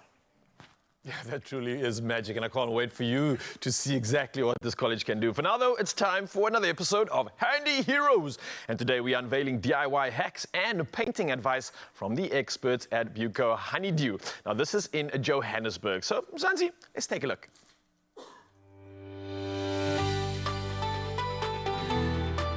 Powered by Plascon, today's handy hero comes from Buco Hardware in Honeydew. The store's been around for 52 years in the same area. I think what makes me proud is the culture we've got in our store and also our staff. We are a very results-driven business, but we're also a very service-driven business, in a sense of we ensure that if you spend R1 in the store, we spend R1,000. the service level should be the same, so the expectation to the customer should always be the same. I like to use Trade Pro. I've used it a lot in my house. I think within the Trade Pro range, there's a lot of excellent product, and that product from a price point is similar to more expensive products from other suppliers or other manufacturers. I would always say a lot of people, when they put their masking tape on and they paint, what they tend to do is leave the paint to dry and then take the tape off, and what happens then is your paint comes with your tape. So you'd want to pull the paint off just as the paint gets tacky, just before it gets dry, and that way your paint won't come off with your masking tape. It was always measure twice and cut once. Handy Heroes, powered by Plascon. We've got this. Yeah, I love the feelings I'm getting from this. We definitely have got this. So you can keep those brushes twirling, your Handy Heroes. And with Plascon, of course, at our side, we can infuse life with a kaleidoscope of vibrant hues. And I think it's going to be transforming each DIY into what I would like to call a masterpiece. And you know it's possible. When the cracks start to show, our strength and resilience is legendary. Micatex, strong enough to endure anything. Yep, and we are bracing ourselves for a little bit of magic on the set. Yes, the College of Magic are here. They brought some of their young magicians to take us through our paces ahead of their unbelievable family show. Oh, I can't wait. I got so excited seeing them in uniform. Come on. We also, of course, are going to catch up with JP to find out the latest to do with the movie Ezra. It is an epic one with incredible actors. You don't want to go anywhere. Grab a quick coffee and come back. Get ready to break the rules and redefine design with the freshest new interior makeover show in South Africa. My Design Rules. Now we're looking for 4 fresh up-and-coming design duos, and whether it's friends, family, siblings, or any pair for that matter, as long as you have an eye for beautiful spaces, then we want you. Picture this: 4 talented teams, 4 fixer-uppers, located right in the heart of Cape Town's Atlantic seaboard, the ultimate design playground. If you're ready to revamp one of these apartments, then you can win big. The judge's choice will walk away with a shared 300,000 Rand, or your duo could nab a shared 100,000 Rand for impressing the viewers. Enter on WhatsApp on 073 595 6420 or on Cordova.tv, or hit up our My Design Rules TV socials for details. That's My Design Rules, where every moment is a masterpiece.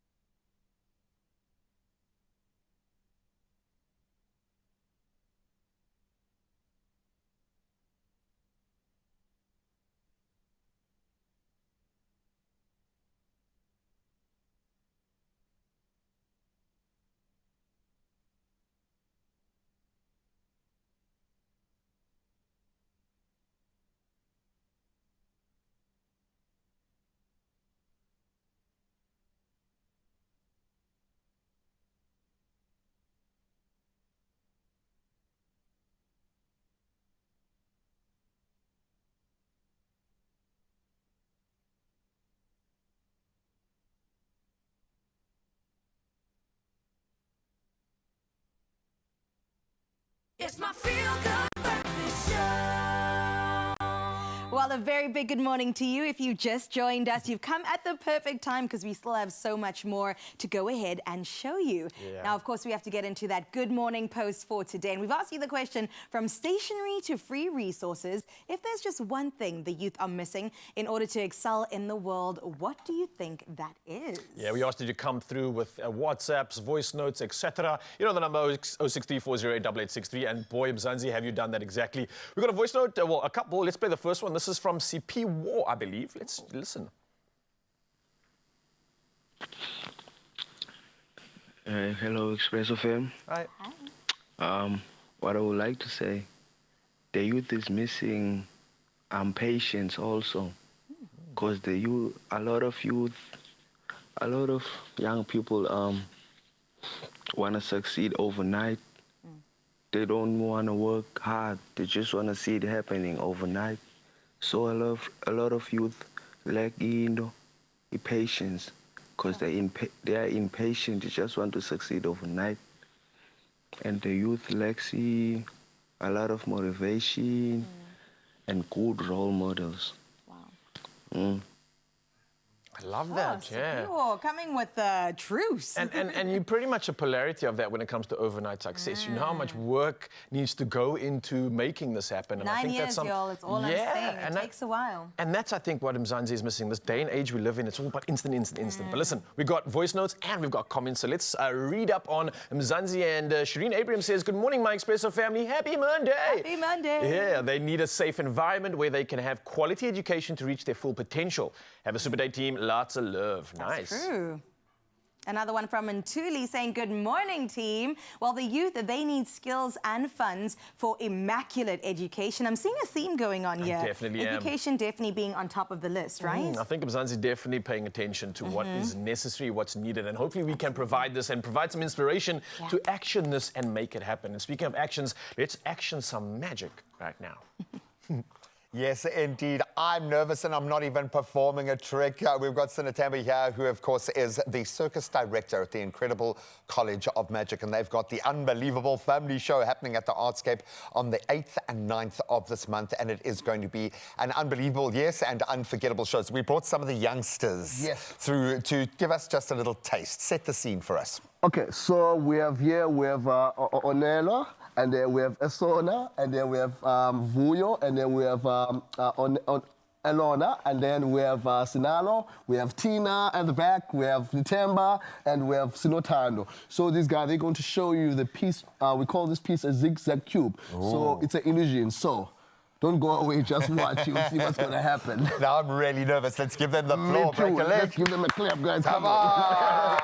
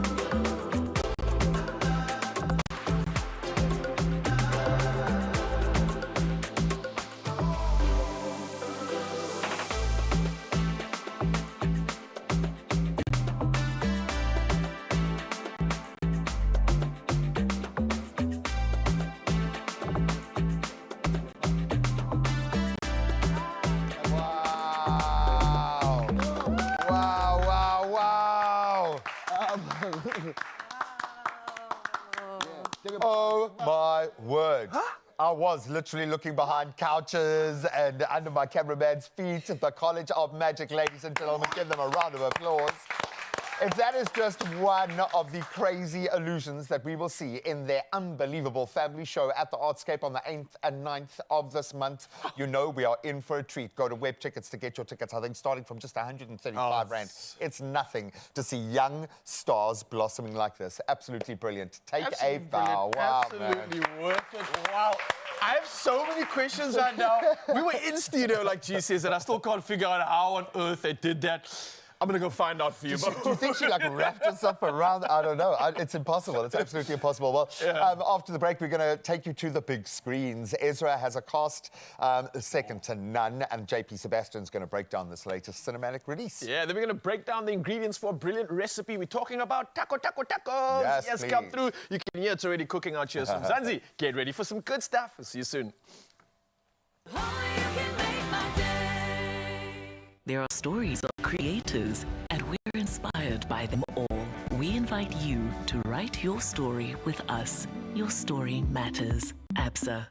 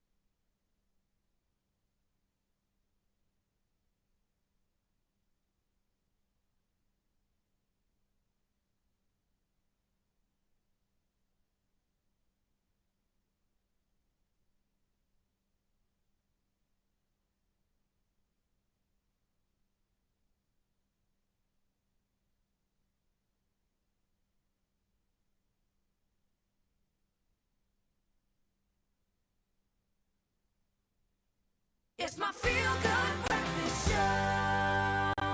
I am still so stunned by the magic that has just happened in studio. I cannot believe it. I have to make a stop by or just get a ticket for myself for the Artscape this coming weekend. But let the magic continue, because right now we're talking all things lights, camera, action. JP joins us in studio. And you just switched on there, as one would for a cast like this. That seems to be like the point that you guys are hammering a lot. Yeah, So well, I suppose when you these are see big De names. Niro anywhere, you're like, okay, so this is proper, last yeah? that people would have heard, you might have heard of, oh goodness, I've forgotten the name now myself, with Leonardo DiCaprio. Yeah. There was that major Oscar winner. Good grief. Bobby Cannavale, Rose Byrne, Vera Farmiga, He's also got Whoopi Rainn Goldberg. Wilson. He's one of my favorite actors right now. Rainn Wilson, educate me. I would know him Rainn from... Wilson from The Office. He's just a mastermind in and of himself. I think he also has a podcast, and you should just listen to this man talk. And I think what you will appreciate then Yeah. is that what the character is in Ezra, and it's based on a real guy, Right. is stand-up comedian. And we're seeing so much more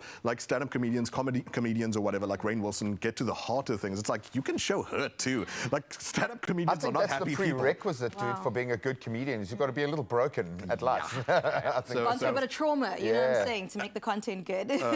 Jeez. But it's the truth. So I'll show you a bit of the truth, because like I told you, it's a true story. Tony Spiridakis is the name of the guy who wrote it, and it's about his the main thing, obviously, is not just the stars, but the fact that it's a father and a mother and a grandfather and a whole family unit trying to get their heads around having an autistic son, grandson, child.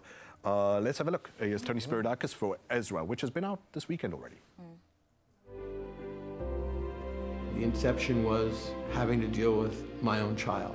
The first call I got was when Dimitri was 3.5 years old, and I left him at a birthday party, and he had apparently didn't get a chair in musical chairs, and it didn't go well. And I got a call from the parent, who was a very good friend of mine, and she said, "You better come over."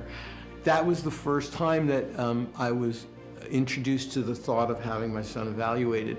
And that literally became a part of the script in my mind, right? Because the idea that you're hearing something for the first time about your child, there's so much that I learned about autism based on my experiences with my son. All the things that happened along the way, I just started thinking I should chronicle them. And I'm sure there are so many people who have experienced this type of parenting of a neurodivergent child. I thought this would be a good thing to try to capture in a narrative story. And one of the things I really, really cherish about my own experience with my son is that humor is a wonderful elixir to the dramatic problems that families do encounter when trying to advocate for a neurodivergent child. Are you autistic? Mom says you are. Mom thinks everyone's autistic. Wow. We're all on the spectrum, dude. Oh, We're I'm all telling on the spectrum. It feels soft and almost disarming in that sense. I have a feeling it's going to drop some emotional heavy hits here. Yeah, of course, plucking the heartstrings and whatnot. What was your instant instinct to that? Honestly, I just really am so excited about the year 2024. I feel like over the last while we've been seeing a lot of conversations that have not been on the forefront really being pushed and championed in Hollywood, for example. That is so crazy to me. So interestingly, these three characters that I mentioned, the grandfather, the father, and the mother, are in their way on some sort of continuum or spectrum of their own, not necessarily with autism. What I mean is with their acceptance. Wow. So the grandfather is like, he doesn't even want to say the word. Yeah. And he doesn't believe in the mumbo jumbo and the hocus pocus of therapy and whatnot. The father, played by Bobby Cannavale, the grandfather, who I just called the grandfather, is Robert De Niro. Robert De Niro. I think he's happy to take a back seat in something like this. Yeah. And so Bobby Cannavale, who plays obviously Tony Spiridakis, the writer of the movie, and the man with the story himself, is somewhere in between, where he's like, he understands that his son has autism, but he doesn't believe that maybe going to a special needs school is what he doesn't want him necessarily to be treated different. He says at one point in the trailer and in the movie itself, obviously, which I have seen, which is what I'm doing here. It's a review, it's not a preview. Is that autism is from the Greek root word to aut, like in autarky, to provide for yourself, to be in your own world. Right. And he says he doesn't want his son in his own world. He wants him in this world. Yeah. In a very heartfelt speech, by the way. There may be 2 or 3 moments in this movie where it really plucked my heartstrings and actually left me with a bit of an empty feeling inside, because like afterwards, like it will be different for different people, but like I was like, man, like there must be so much joy, I suppose, to being the one who's, I don't want to say the word blessed with a kid like this, but like, so this is one of the other things that the movie handles as well. Is like, he often calls his son, he's like, you're my hero, you're my muse, you're my special, like, you know, superhero or whatever. And the kid's like, I'm also just your son. Wow. Like, so we sometimes can romanticize, but I really appreciate when you see a lot of these movies when it comes to care, community, are people getting enough support and all that kind of stuff, that they also focus in this movie particularly on the father's position, which is, it's really draining. Yeah. And are people getting the support that they deserve? So for me, actually, it's been pretty depressing when you consider, like, in the richest country on earth, that people in this affluent family still struggle with finding what are the paths to care for. Sure. It's not that autistic people or people with autism or in the spectrum or however it's phrased need to be folded into our system, but that we have a system that does not cater for every living human being and does not make a world that is, I think Sipio was saying it in one of the comments on Expresso, that you know, anyway, whatever. Need to provide more space to have safety. And we don't have that. And I know in South Africa it like probably is harder, but it's harder than America. Anyway, so hey, I should tell you what the story's about at least. So the father, Bobby Cannavale, man, takes this decision which the movie fortunately doesn't say is right or wrong necessarily to kidnap his own son. Wow. Because he's worried about him being sent to a special school. Right. He has this restraining order with his son because he fought a doctor who wanted to put him on pills that he says, no, these are, you know, for psycho cases and stuff and whatever. And so it doesn't say who is right and wrong, but he kidnaps his son because he sees him at the school where he believes and he sees that he's just not himself and he's depressed and he's downcast. And I don't know how any parent goes, well, we'll stick through the process and see if it comes out right to the other side. I also got to mention, by the way, that Rose Byrne's character, so I said grandfather doesn't accept.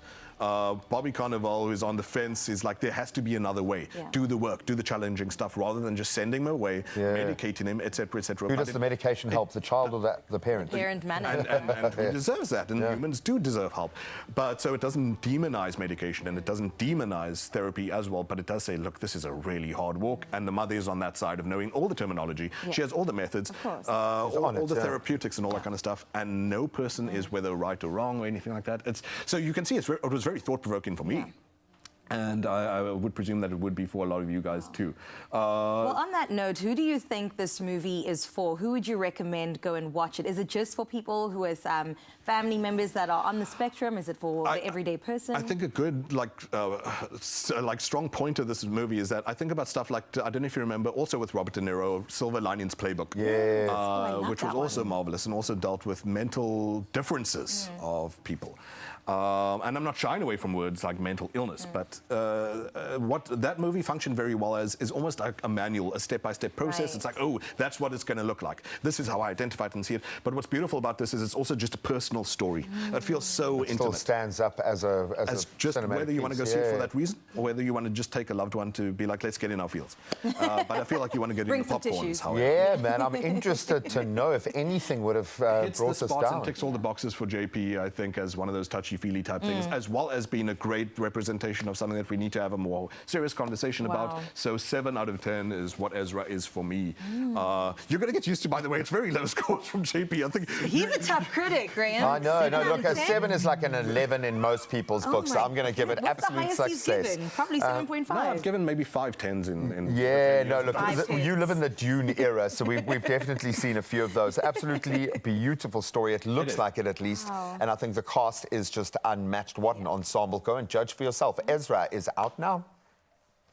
Lots to look forward to right now, especially after that conversation. And I'm going to give you even more to look forward to after we have this conversation and this moment in the kitchen. Now, listen to this. Made with love and plants since 1991. That's a long time. Fries has been our go-to flavor-packed, nutritious meal option, which is, I think, full of all the necessary nutrients too, right? But now, get ready for this. There's a fresh new look because soon they're going to be launching their new Flexitarian range. It's all the way from Australia. We've got someone to just bring us this incredible news. It's the co-founder of Fry Family Foods, Tammy Fry, in the building to tell us more about what they have planned. And while we obviously have this conversation, we're going to be serving up something mouth-watering. It's a plant-based Mexican taco with roasted corn salsa and avocado crema. Wow. Tammy, you've come at the right place, the right time. Everybody is anticipating this. How are you doing this wedding? I'm great, thank you. Yeah. It's good to have you back in the kitchen. It's good to celebrate something that I think plant lovers, new people that are discovering diets are going to celebrate right now. Talk to me about this Flexitarian range. What's happening? So we are so excited because we're bringing new technologies, new flavors, and we're going to be bringing a couple new products to market. And a slightly different looking pack as well. Like, looks really awesome. And the great thing about these new products is they are very high in protein, very high in fiber, but you're not getting all the cholesterol and saturated fats. So we've really concentrated on the health profile of the products as well. So really great for people that are looking, you know, to cut back on meat a little bit and wanting to experiment. This range is going to be for those people. Perfect. Right. Look, I know we are going to be dual wielding here, so we've got some cooking going on. I'm going to pop this side and maybe I can assist you, but I love the fact that I'm seeing a lot of colors here already. So where are we starting with this one? So this is actually my family favorite because I've got 2 teenage boys that eat me out of house and home. So this is the taco recipe that we do on Tuesdays. Taco Tuesdays, nice, okay. And I try and put a lot of color into their food, make sure they're getting all the protein, So I use the Fry's pea protein, which has got 24% protein and all the essential amino acids. So you're not missing out on anything if you swap out. Okay. So all I'm going to do here really is just, we've got some beautiful onion and garlic here. I'm going to add some cumin.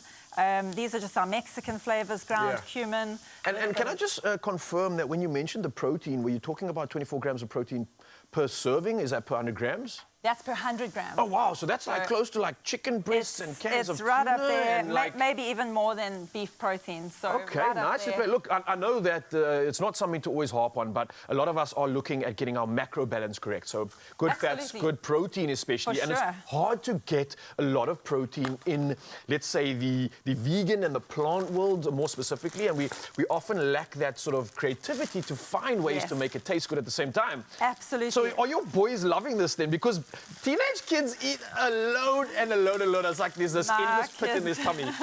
My kids eat a lot. They're very active boys as well. So I have to cook big meals, big family dishes for them. And this one, the other thing I like to do with something like this is I often bulk up because food's expensive nowadays. Yes. So if I add plant protein products, I'll often take beans or lentils and I chuck those in there, and you get a lot of goodness out of beans and lentils, a lot of fiber and B vitamins. So you can chuck that in there and the food just goes a bit further. So we can fill more tacos. Because they're coming back for seconds and thirds and fourths, and maybe tomorrow they want to have a little snack as well. Exactly, exactly. And if you've got leftovers, you can just keep them in your fridge for the next day. And I love how you obviously are also working with this theme of conscious eating. I think it's something that's quite important. I think as South Africans, I'm quite blown away at how as South Africans, look, we come from this traditional like chisanyama, we're all about meat, all about braaiing.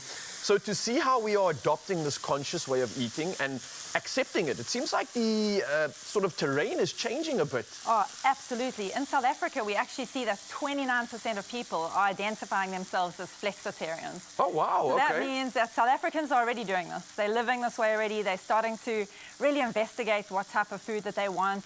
You know, lifestyle disease is very prominent. 1 in 2 people have a lifestyle disease, which is actually preventable by the way you eat and the way you live your life.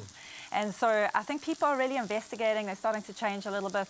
And so this is where, plant-based meats can play a real role, because you don't have to change your culture and all your favorite dishes. You don't have to learn a whole new way. It's just a little exchange, it's a simple swap to get the same results. I see what you're doing there, and I can definitely agree with you right now, because I think that's what Fry's family is doing so well. It's not changing the sort of inspiration and the creativity that we've learned through all these years in terms of our palate, our flavor profile, what we want. So this is such an easy sort of alternative, an easy switch. You don't have to change anything that you already know. Just get a box, pop it in, and you're sorted. Swap it out, and then it's ready. I mean, this is ready. It literally maybe 6 minutes. And that's like the hottest part, That's the hottest part. You could have called this now on. I'm just going to add salsa and other little bits and pieces. So we can just mix up. I always add color. So, to build the salsa, it's really, really easy. Just a little bit of some red onion. All right, let's go through and that. Ginger. Ginger's awesome and great for your guts as well. So a little bit of ginger, and we're just going to mix that together, and some fresh chilies. Ooh, and then coriander. If you aren't a coriander person, but I'm a coriander person. So myself and G are like, I think there's something wrong with our DNA, because it tastes so different to us. But it's such a great flavor addition to, I think, any meal. It adds that freshness. I know it's that zestiness and zing.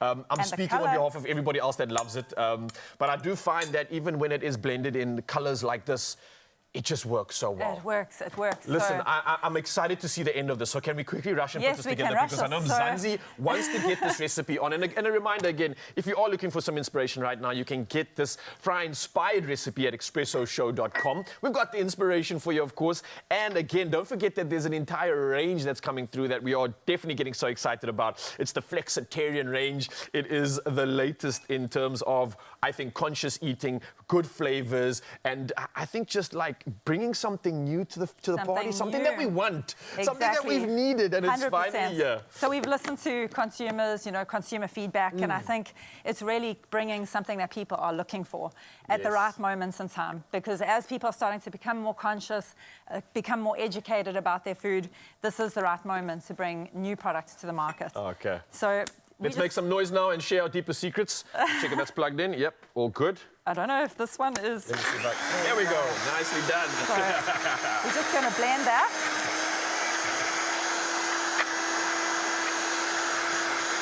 Nice. And we can turn it off. Let me just hop you in now. Let's get it to you.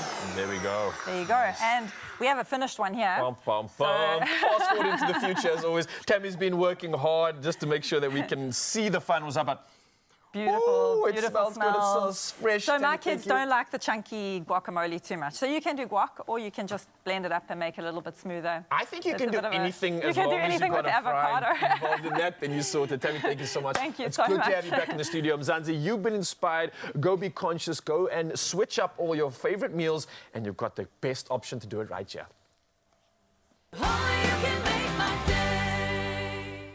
Bake more memories with Royal Baking Powder, and you could win your own KitchenAid stand mixer. Be a part of the Tastemaster competition action by watching the show and baking a creative interpretation of the week's theme using Royal Baking Powder. Then upload it to socials by replying to the competition post, including hashtag the Tastemaster SA and hashtag Bake More Memories. Don't miss the Tastemaster SA every Tuesday evening at 7, repeat Wednesday at 1, and Sundays at 4 p.m. on SABC2.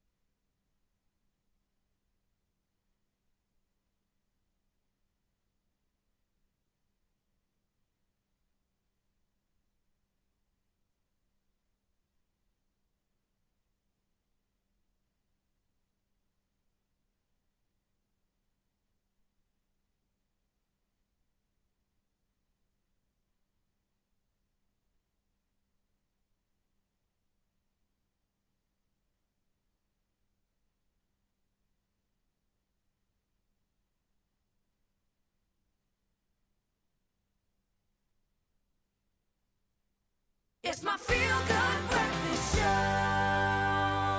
Welcome back as we continue with what has been a brilliant kind of sub-theme today. We are talking about autism, but looking through very different lenses. And we're going to take a look through a particular lens right now, a thought-provoking world of Dog Rose, a new play by Sophie Jones that masterfully intertwines the complexities of a mother-daughter relationship with the nuanced challenges of autism. And having just done a preview of the film that we did a moment ago, you get an understanding of how hard this hits not just those most closely affected, but by everyone within that ecosystem. And praised for its incredible script and balanced storytelling, Dog Rose combines humor, which we need through journeys like this, compassion, and it explores the family dynamics in a very deeply relatable way, which I think we desperately need. And Sophie Jones and her co-star Anthea Thompson now join us on our little couch. I would imagine a bit exhausted at this time of the day because you live nocturnally. But thank you so much for being here and for grappling with something that so many families go through when they walk alone. Sophie, maybe I can start with you. Sophie first. With a play like this, almost overwhelmed at the thought of having to live through this narrative every single time you go out on stage and do this. A film like Ezra, it's done, and then you move on. What has this experience been like doing this deep dive into this space? Well, I think that's something I really love about theatre, is doing the same tango every night and finding new moments and fresh ways to say lines. But I find it a very cathartic experience to get to sort of enact and recreate and bring life to a new world that exists only on the stage for that hour. Yeah, I love it. And it must be magical when you've got this much light and shade to play with. So please set the scene for us. Can you give us a bit of background to the play itself? Well, the opening scene of the play is of a 10-year-old standing on the roof in full rollerblading gear, threatening to jump, but wearing rollerblading gear because she didn't want to get hurt. Okay, perfect. Yeah, as one does. Yeah. And for me, that's always, as an opening scene, managed to capture the comedy and the ridiculousness of the relationship between the two characters, but also that dark element of... the stakes are always high. Very. And so is the roof. Exactly, I know. And I'm a parent to 2 young kids, and 7 seconds is what it takes. If I turn my back for 7 seconds, I will find child on the roof with wings and lipstick all over the face. Like, I get that.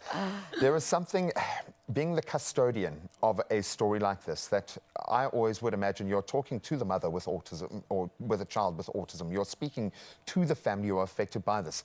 What has this journey been like for you to plug into this kind of energy every night? Well, Sophie has written an extraordinary script that has depth and provides insight into what it's like to have a parent with autism. So my job is, and was in the process, is not to be flippant, but to say the lines and don't bump into the furniture. Just get out of the way, yeah. Because she did so much research, and the script is so dense with understanding of autism, and then this relationship between mother and daughter being dysfunctionally functional. So it's been an extraordinary journey to play it out and do it every night and see what the response has been.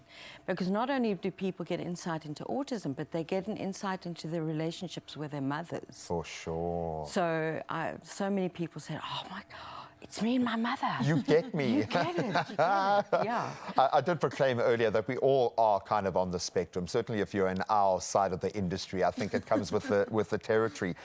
Who is this play for? Because it is obviously dealing with something that is quite specific here, but when you broaden it to the love between a mother and daughter, the 700% more hormonal exchange between a mother and daughter, that's why we have these fireworks. Who is this play for? Who's going to get the most out of it? I really, my intention in writing it was that it's for everyone. I want the people who really connect with it, whether they are diagnosed as being on the spectrum or they maybe never were diagnosed, because I think there's a big section of women in their mid-50s and 60s who were never diagnosed, because first initial research on autism was only on boys. Wow. So there's still, I mean, ongoing research, but a big gap in our knowledge in how it manifests in girls and women. Which is going to be different, yeah. So I hope that people feel seen who relate to it, mothers and daughters, but I also really hope everyone who watches the play just gets a bit more empathy and understanding. And whether they walk away feeling like healed and in tears after reflecting on their own relationship with a parent, or they're just a bit more empathetic next time they meet someone who is on the spectrum, that's who it's for. Yeah, man. It's for everyone. Hug a parent when you can. All I needed to know about this entire production is in your eyes when you look at her, to be quite honest. It is absolutely beautiful to feel the energy that's flowing around you. And I would imagine if this is just a tiny taste of it here on that stage, you're going to be bawling your eyes out. I have a feeling it's going to be special, it's going to be powerful, and yes, really funny as well, which I think we need when we take on challenges like this. Absolutely amazing. We're going to keep all of these details up for as long as possible. I love the fact that we are getting access to these kinds of arts at the National Arts Festival from the 26th to the 29th of June in Makhanda, but we'll keep those ticketing details up on all of our platforms. Go and check them out. What a beautiful atmosphere it is in our Feel Good studios this morning. It's just gone a minute after 8, so let's have a look at your news. Starting with your national news headlines, the death toll in flooding overnight in the Nelson Mandela Bay, the NMB Metro, has risen to 7, and 4 people are still missing. Now, heavy rain and wind have caused major damage to property and municipal infrastructure. Some 220 millilitres has fallen in Carrigain in the Eastern Cape since Saturday. Meanwhile, the aid organization Gift of the Givers has started providing aid to flood victims in the NMB and Buffalo City metros. The head of the organization, Dr. Imtiaz Suleiman, says their teams will be assisted by teams from Cape Town, George and Adelaide. Now, looking at news with your president, President Cyril Ramaphosa signed the Pension Funds Amended Bill on Saturday, which enables the so-called two-pot system for retirement funds. The system consists of a savings component and a retirement component and applies to contributions made after 1st of September this year. This means that during a crisis, members of a pension fund can access a portion of their retirement money. Ramaphosa also signed into law the SA Institute for Drug-Free Support, or Drug-Free Sport, rather, Amendment Bill, which relates to anti-doping policies in sports. Now, looking at those international news headlines, Zambia's former First Lady Esther Lungu and her daughter Chiyesu Katete have been arrested over possession of properties suspected to be proceeds of crime. The two were arrested in the capital Lusaka alongside another close relative identified as Charles Piri, authorities said. Lungu failed to give a reasonable explanation of how she acquired a $1.5 million estate in the capital, the state's anti-drug agency said. Former President Edgar Lungu said the family would challenge the charges in court. Now, Israeli forces have continued striking targets in Gaza, even as the U.S. and its allies push for both sides to accept a ceasefire proposal. The U.S. government says it has every expectation that Israel will accept a ceasefire proposal that would begin with a 6-week cessation of hostilities in Gaza if Hamas takes the deal. The 3-part plan, unveiled by President Joe Biden last week, would also see a surge of humanitarian aid, as well as an exchange of some hostages for Palestinian prisoners before a permanent end to war. And looking at your feel-good story, listen, Josie has some bragging rights right now because for once, the City of Gold has left the mother city in a cloud of dust. Time Out, one of the country's most reputable restaurant guides, has awarded Johannesburg the top spot as SA's food capital and second place globally. Time Out said Cape Town may steal the limelight for its international cuisine, but Joburg was a worthy rival for the title of SA's food capital. Now, most locals recommend indulging in traditional South African specialities like the Sowetan quarter sandwich, bunny chow and the mala mohodu. Time Out highlighted Johannesburg's diverse culinary scene featuring Ethiopian cafes in Little Addis and Nigerian and West African restaurants in the south. Naples in Italy ranked as the most affordable city to eat out.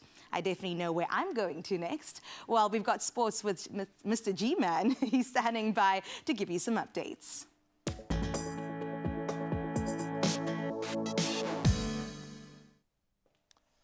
Thank you so much, Carissa. Let's start with the big one. Doesn't get any bigger in European football, in fact, and no bigger than this team. Real Madrid, they have secured their 15th Champions League title by defeating Borussia Dortmund 2-0 at Wembley on Saturday. Dani Carvajal, he headed in a Toni Kroos corner in the 74th minute. The OG's doing the job, and that was followed by a late goal from Vinicius Jr., who's been on fire this season. So this victory now extending Madrid's record as the most successful club in Champions League history, bar none, with 6 titles in just the last 11 seasons. Now let's turn to rugby, and a fantastic outing for 2 of the SA franchises as the Bulls and Stormers both clinched their places in the URC quarterfinals after a thrilling final pool round. So the Bulls, they secured home ground advantage and the SA Shield with that bonus point 26-14 victory over the Sharks, finishing second on the log. That means they will now host Benetton, a bit of revenge there, and this time they do it at Loftus Versfeld. Then the Stormers, they overcame a red card to beat the Lions 29-24 to secure 5th place, and they'll now, as a result, face the Glasgow Warriors in Scotland. So unfortunate for a resurgent Lions team. They just missed out on the top 8 as Ospreys' bonus point win over Cardiff edged them out. So those other quarterfinal matchups include Munster versus the Ospreys, and then a big one, Leinster versus Ulster, a kind of mini final there as well. Now let's turn to cricket, and the explosions are going off already in Group A action.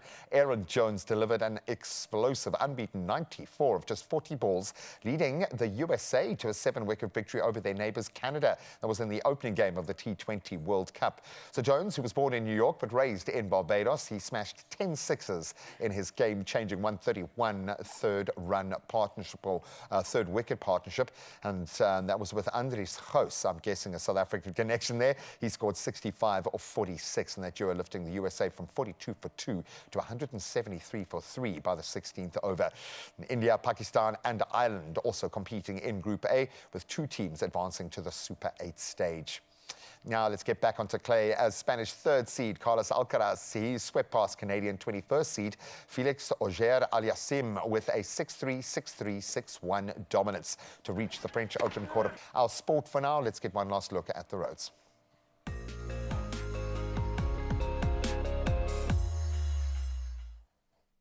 Thank you, G-Man. Yes, let's dive into the world of traffic right now and see how we can assist you. And let's move to Pretoria first in Gauteng. Now, there's been a multi-vehicle accident on the N1 northbound, and this before Proefplaas interchange. Now, the left shoulder is closed subsequently, and if you are approaching the affected area, please do so with caution and definitely do drive carefully. We now move over to Cape Town in Somerset West. There's congestion on the N2 outbound at the Victoria Road. So again, as you can see from the visuals, definitely expect delays and allow for some more added travel time when passing through. And I think anybody heading out on the roads this morning, buckle up, stay safe and plan accordingly. Let's now head to the world of weather and see how we can assist you.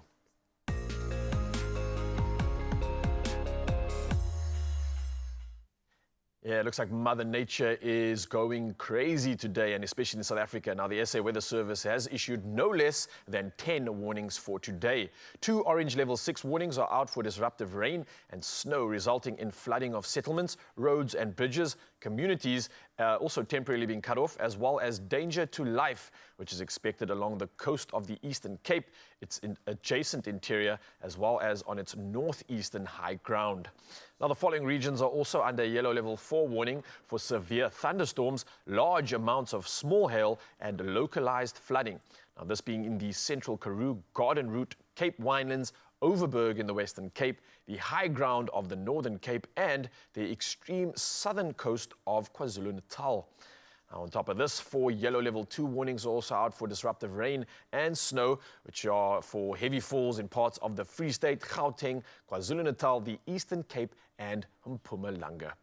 We definitely are wishing and hoping that everybody out in South Africa stays safe in this weather. But for now, though, let's dive into our favorite part of the morning. This is our sunrise view of the hour. Our final edition for the morning sent in by Apiwe, all the way from Strand. And it looks like it's an early start to the day before the sun even rises. You've got that pre-burn just glowing amongst the horizon and the mountain range there, which I absolutely love. This is artsy, to say the least, and I'm here for it, man. Thank you so much. That was a beautiful shot. A little bit different to what we always used to, but nothing other than magic nonetheless. So come through again tomorrow morning. The number is 063-408-8863, because we'd love to see how you wake up wherever you are in the world. And speaking of waking up, you've got some temperatures to look forward to, so let's do that right now one last time and dive into the world of weather.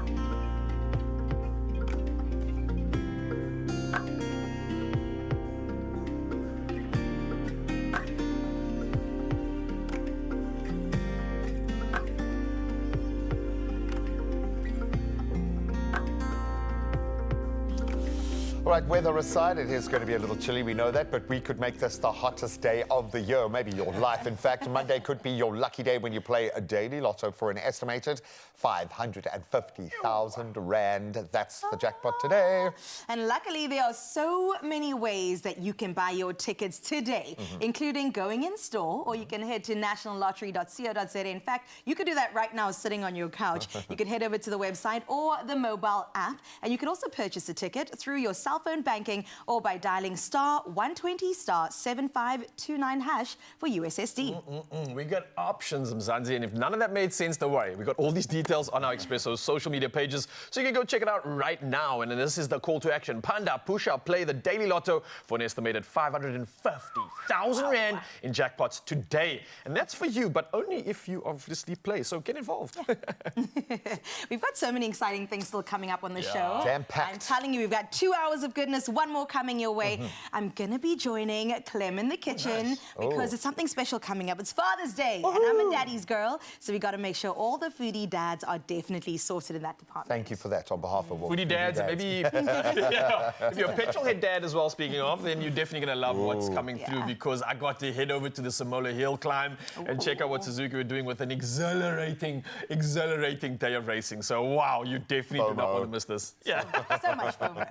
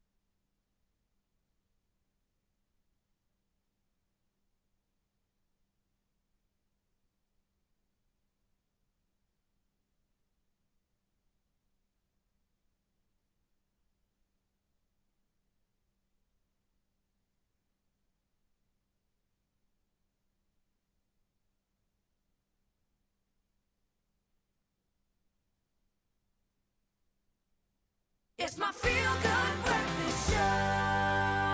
And that's exactly what it is. And we're going to make you feel better, especially if you're a father right now, perhaps looking to gift the father figures in your life. For the devoted dad with a passion for all things food, you have to go ahead and feed his love language with the sweetest locally produced treats, as well as the ultimate savory snacks and the perfect foodie treats this coming Father's Day. It's right around the corner. And to help me talk through some gifting ideas, we have Chef Clem in the building. Chef Clem, welcome to you. It's my love language, gifting. Wow, Gifting, I'm so glad I met you because I love receiving gifts. So that is the perfect combination. It's not about me though, it is about the fathers. Yeah. And we got to get through all these goodies, my word. And it's quick because I know these are guaranteed to put a smile on not just Dad's face, but everyone else in the family. And I'll explain why I say that a little later.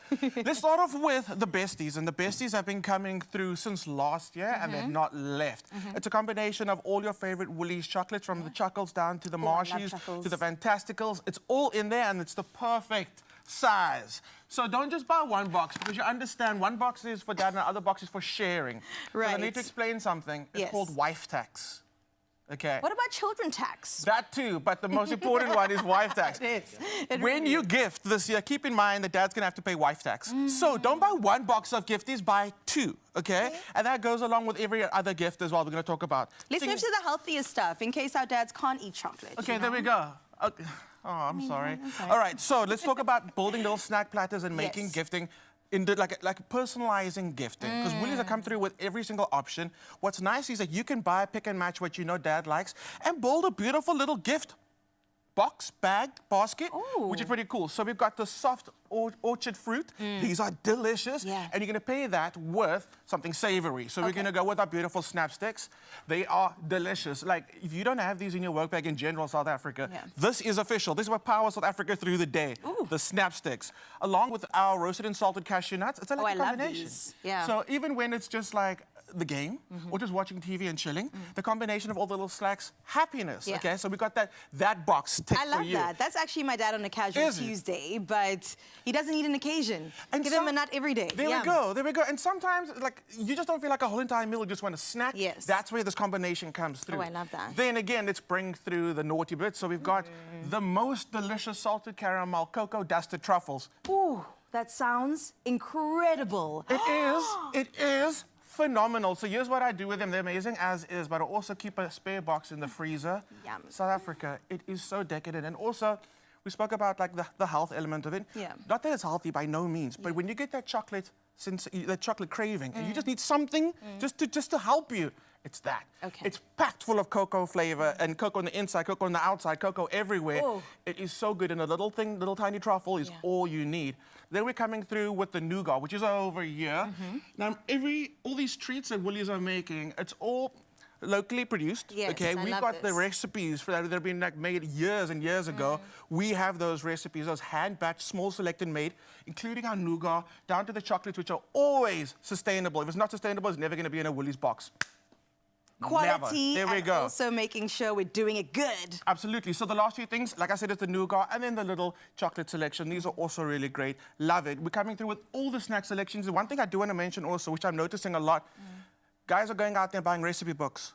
And I love it. I love it. And Woolies have an amazing selection of recipe books. They are always amazing gifts, regardless of the situation or occasion. It's the gift that keeps on giving, in fact. It's the gift that keeps on giving. So recipe books are a great solution for Father's Day this year. I love that. He's not a father just yet, but I've gifted my brother one of those like Jamie 15-minute meals. There we go. But I did it with intention because I was like, and then you're just gonna make me the meals. I'll test it out for you. I'll be that person. So I'll be the sacrificial lamb. It worked. There we go. He's so good. He's so good. Which one is your favorite though? I'm gonna go with the besties. I'm gonna say honestly, the whole selection's amazing. But if I had to choose one, it's that salted caramel truffle. Oh my goodness.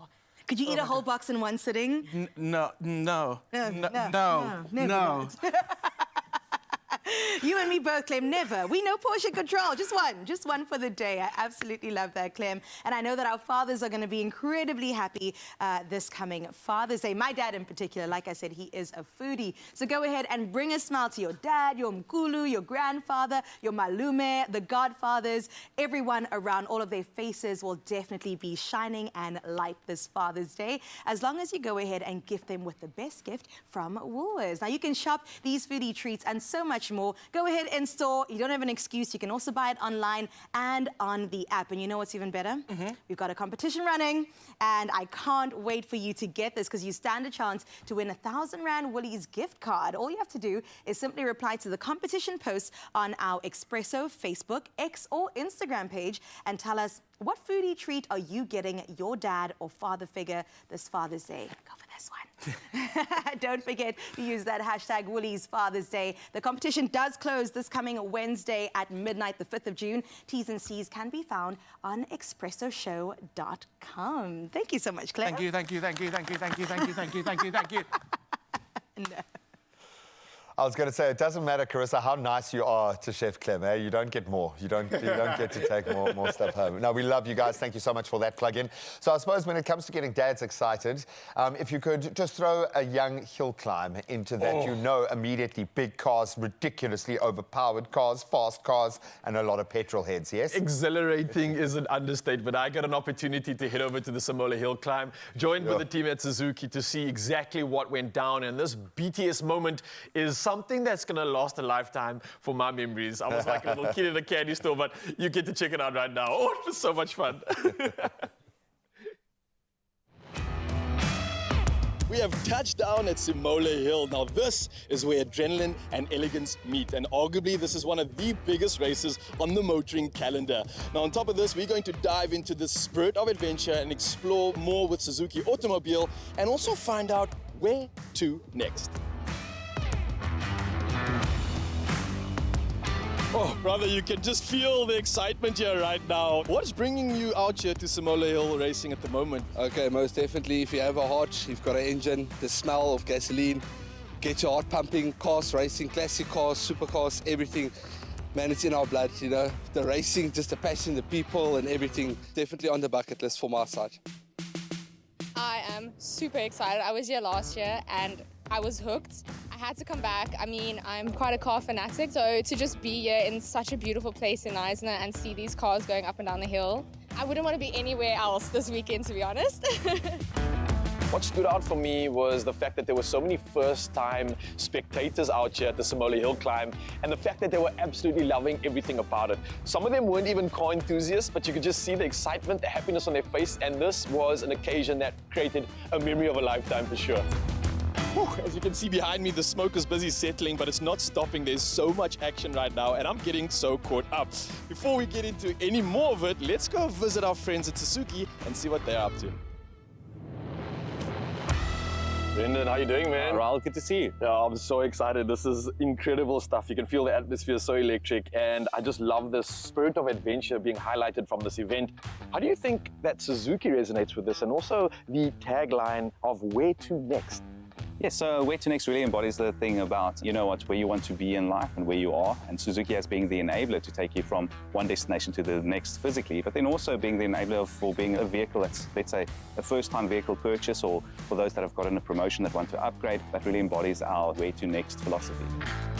Now, the day has arrived. It's time for the races. What do you think really sets the Simola Hill climb apart from other motorsport races? What's really cool is you can really see the town of Knysna come alive during this time. So as people move into Knysna, and I think what really sets it apart is that it's not a race around a track. It's not a race where you do multiple laps. It's actually one that starts at a specific point and then one that ends at the finish line. And the racing drivers specifically, they don't have like multiple times to say, okay, on this corner, I can perfect it on the next lap. It's like one and done. Originally with Simola Hill Climb, we were very involved with the automobiles, so with the cars and then also the motorcycles. We also had some demo runs and stuff going up the hill. But since we are in Knysna and we're looking at, I mean, the waterfront is just a stone's throw from here, we thought, hey, it's good to showcase what the outboard products also can bring to the market. And I think that's something that sets the Suzuki brand apart from all the other auto brands, that we're the only one with 3 divisions, the one that has automobiles, the one that has motorcycles, and the ones that have outboard motors. And I think to bring them all together with the same values of the brand being value for money, reliability, and performance, I think that really is a showcase for us from a brand perspective, and not just focus on the cars, but everything that Knysna and this weekend has to offer. I think today's coverage of the Simola Hill climb really aligns with Suzuki's narrative of where to next, because look where we are, racing right up on top of a hill that is often just a commercial road. It really speaks to the sentiment of you can literally do almost anything, especially if you're in a Suzuki, and go any place your heart desires.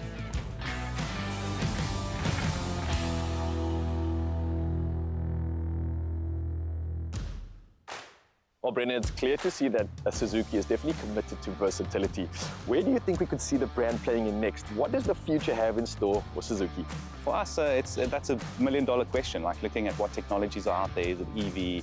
Is it autonomous driving? Is it the rest? What we want to do is keep doing what we're doing best, which is to provide value for the customer. And I think the market will dictate, you know what is the answers for the future going to hold.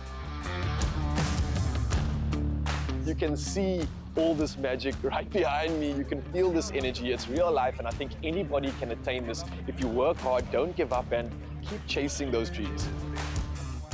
All right, we've just touched down at the starting point of the Simola Hill Climb Street Parade. It's happening right now. I am comfortably sitting VIP, and let me tell you, I'm feeling like a little kid out at the playground about to lose my mind. Let's go.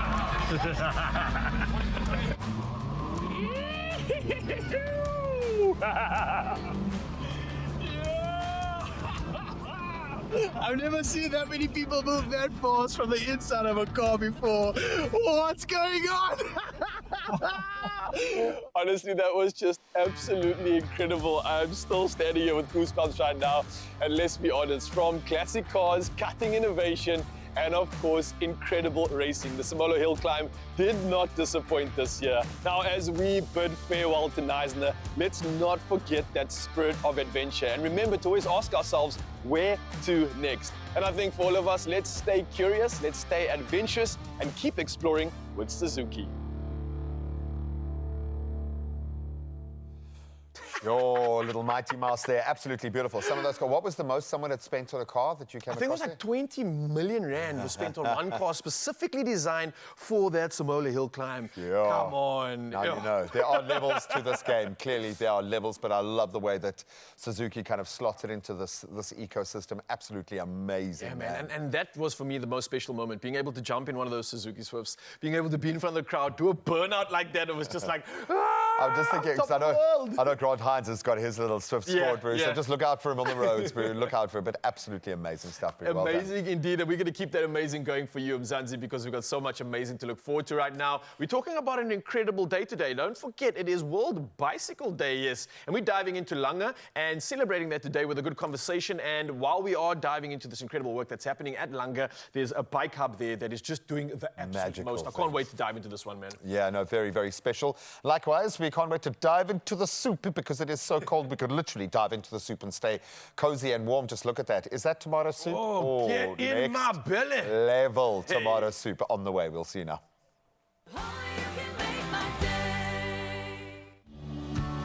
We connect more countries than any other airline. Turkish Airlines.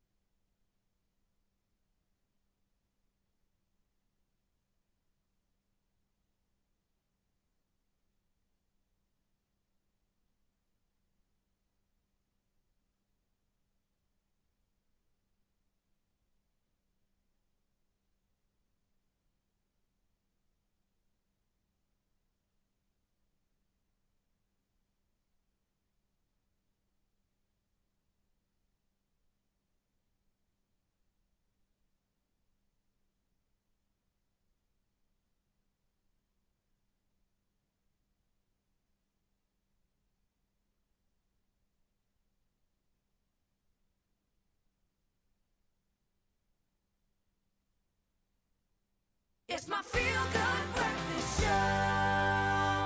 Welcome back, you beauties, as we continue to be inspired. Mzansi, we celebrate World Bicycle Day today, believe it or not, and we've got, well, let's just call it an incredibly special story for you. I think that's actually an understatement, to be honest. But listen, the Langa Bicycle Hub. Now, this is a success story of note, and it shows how bicycles and determined men and women can transform a community. Now, the City of Cape Town provides space at the Langa Indoor Sports Centre, and the hub is supported by the Industrial Development Corporation and the Bicycle Empowerment Network. So let's see how this all comes together and try to measure the social impact behind what these guys have brought into being, brought to you in partnership with Trialogue. Take a look.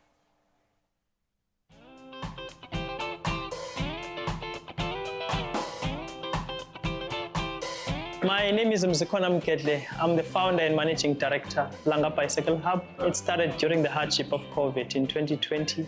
Up until now, where we are partnered with ITC and Ben. Langa is a cycling community. There are so many kids claiming the streets with bicycles, so many women wanting to ride bicycles, and we're creating social employment by using bicycles to do bicycle deliveries. We have about 15 youth that are working with us, which are bicycle coaches for learn to cycle classes, bicycle coaches for pump track, and also a bike maintenance workshop, which is offered here for Langa community.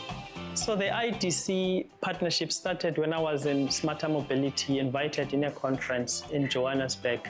I met Nathan, one of the ITC colleagues, just after presenting, and he was like, hey, I really love what you are doing. Let's connect.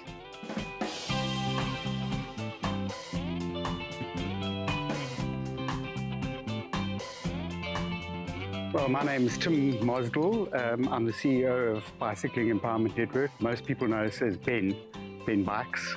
We know about lots of different things, but I think our name tells quite a story, Bicycling Empowerment Network, and I think those three words have been carefully thought through. Empowerment is probably the most important word in that, and our main mission is to empower individuals and communities through the bicycle, which is where the bicycle fits in. But we're quite a small organization, so we know we've got to work in a collaborative networking kind of style. Our relationship with Mzi started many years ago now, actually. It started off in quite a modest way. I think we put a few bikes into his initiative. He was just emerging at the time. And one thing led to another, and then we had a few projects where we were able to help him with some infrastructure development and with bicycles for his township tours. So we started off gradually in that kind of sense, and the last couple of years we've been working much more intensely with him, which is where the IDC project fits in.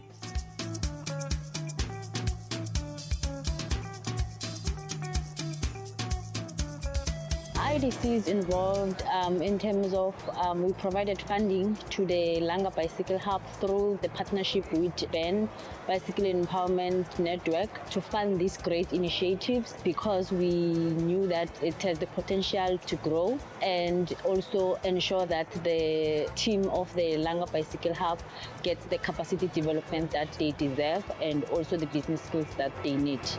The Langa Bicycle Hub, for me, I think it's important because it helps young people with some technical skills and business skills as well. And at the same time, it keeps young people away from the streets and from the wrong side of the law so that they can come here and just enjoy themselves, learn and exercise at the same time.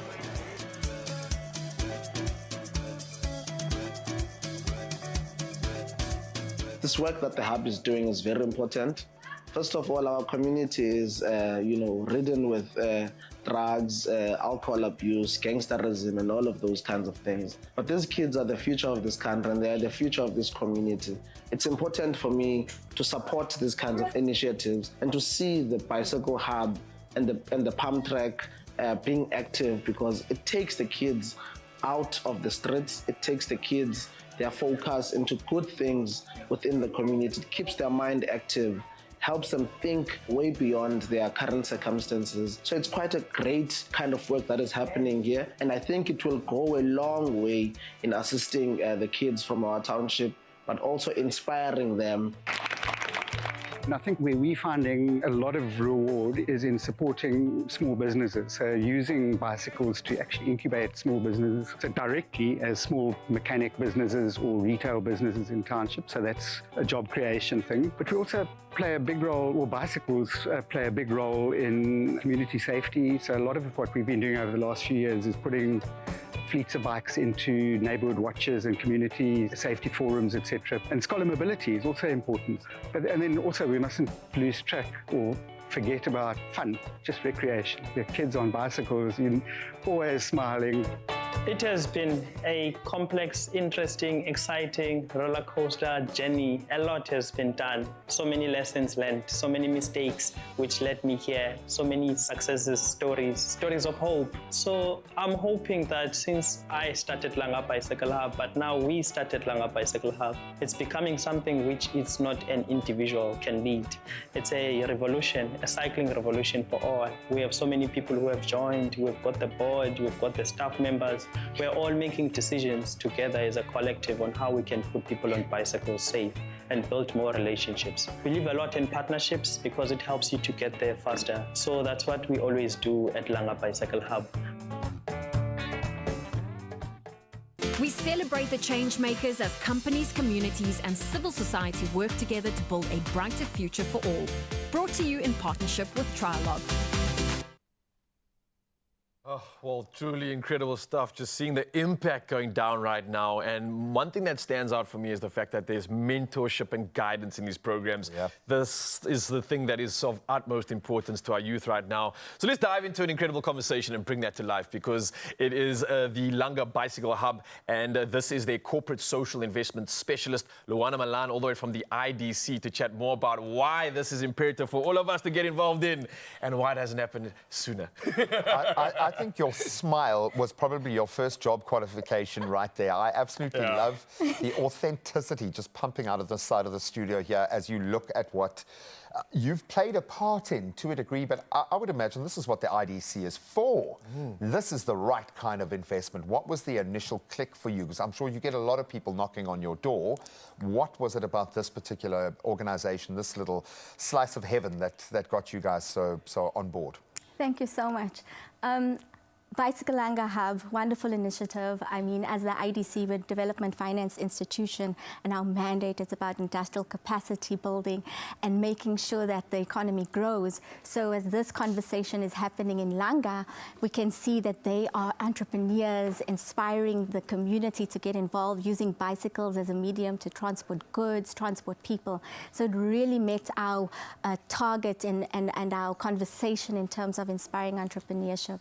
On every level as well. On every level, for sure, 100%. I get that. And you're inspiring, and clearly the work is happening, but how do you see your involvement, I mean, playing out in the future? I mean, it feels like it's just gotten started and it's already established. It's already doing so much in terms of the impact in the community and its surroundings. But how do you think this involvement and this funding coming from the IDC is furthering this initiative and also furthering, I think, the impact of hubs like this? 100%. I mean, when we met Bicycle Langa Hub and Mzikona and his team, you could see that they were struggling from limited resources. And the conversation that we were having with Ben, a well-established organization, credible, gave us this opportunity to collaborate, mentor, and create this skills transfer opportunity.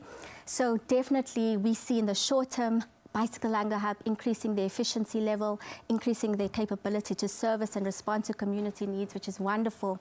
And hopefully attract more partners that are interested in supporting young, up-and-coming organizations that work in development and support the youth, you know, and hopefully in the IDC lean and advance into more investments coming through to the organizations, simply because they have that entrepreneurship development model there, and they have ability to generate income. So that's they're a good investment. They're a good investment. As simple as that. And when we talk about what you have been investing, I was lamenting the fact with you that we have corporate social investment. It just feels backward in terms of a country that has so much need. Social development is where it's at. That's where the real growth opportunity is.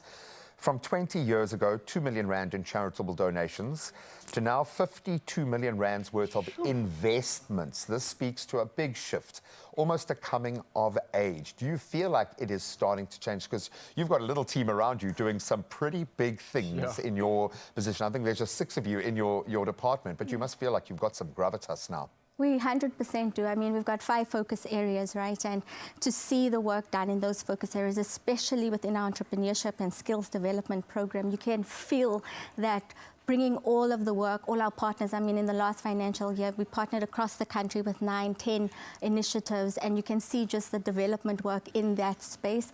And so definitely, you're right, measurement, impact, seeing long-term growth and opportunity, and building that into all our value systems throughout the corporation is really what we are proud of. Yeah, and it's not as a nice to have one day, it's a must have if you want to succeed. And 100%. I love that. Wow. What about success? How do we replicate this? What if we have a project of our own that's in the community, it's creating impact? Is there a way to tap into IDC? Is there a way to reach out to them? How do we align in order to create that collaborative effect and to create that further ability to impact? Is there a way? 100%, there's always a way. I mean, collaboration is hard, but it's important if we want to grow, if we want to scale, if we want to impact more. With the conversation we're having with Bicycle Langa Hub is exactly that. Let's demonstrate a model, let's grow, let's scale. We say Mzikona is a wonderful, inspiring entrepreneur, and he's the kind of entrepreneur that you have to say, focus, you know, move forward. So it's like we love working with them, and we love working with Ben to allow us that opportunity to grow and scale and attract more funding and partnerships that are like-minded, obviously. I'm going to put you on the spot here. One sentence to change their lives forever. One piece of advice, if someone's coming knocking on your door, because we all believe our idea is the best and our kind of project is the one that deserves it, but what is that distinctive factor for you? One piece of advice for those coming to you.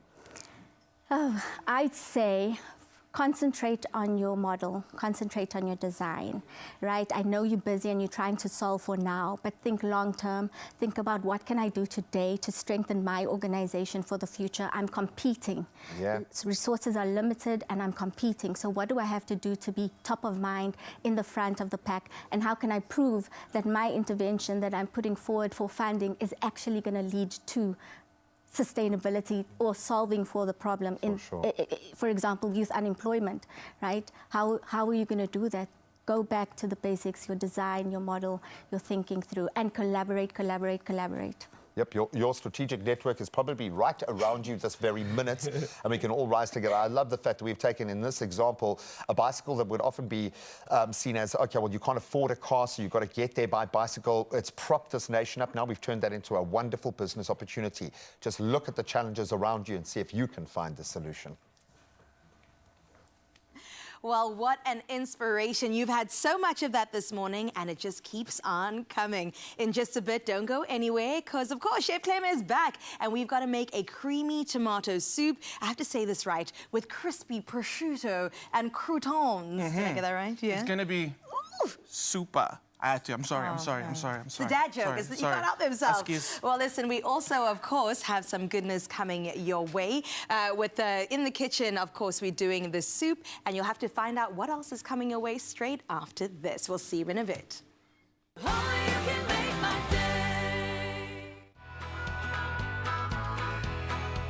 Catch Top Travel on Saturdays 8:30 p.m. on S3 and breathe for it with Halls to stand a chance to win a trip to Amsterdam with 2 return economy tickets on KLM Royal Dutch Airlines plus 20,000 Rand spending money.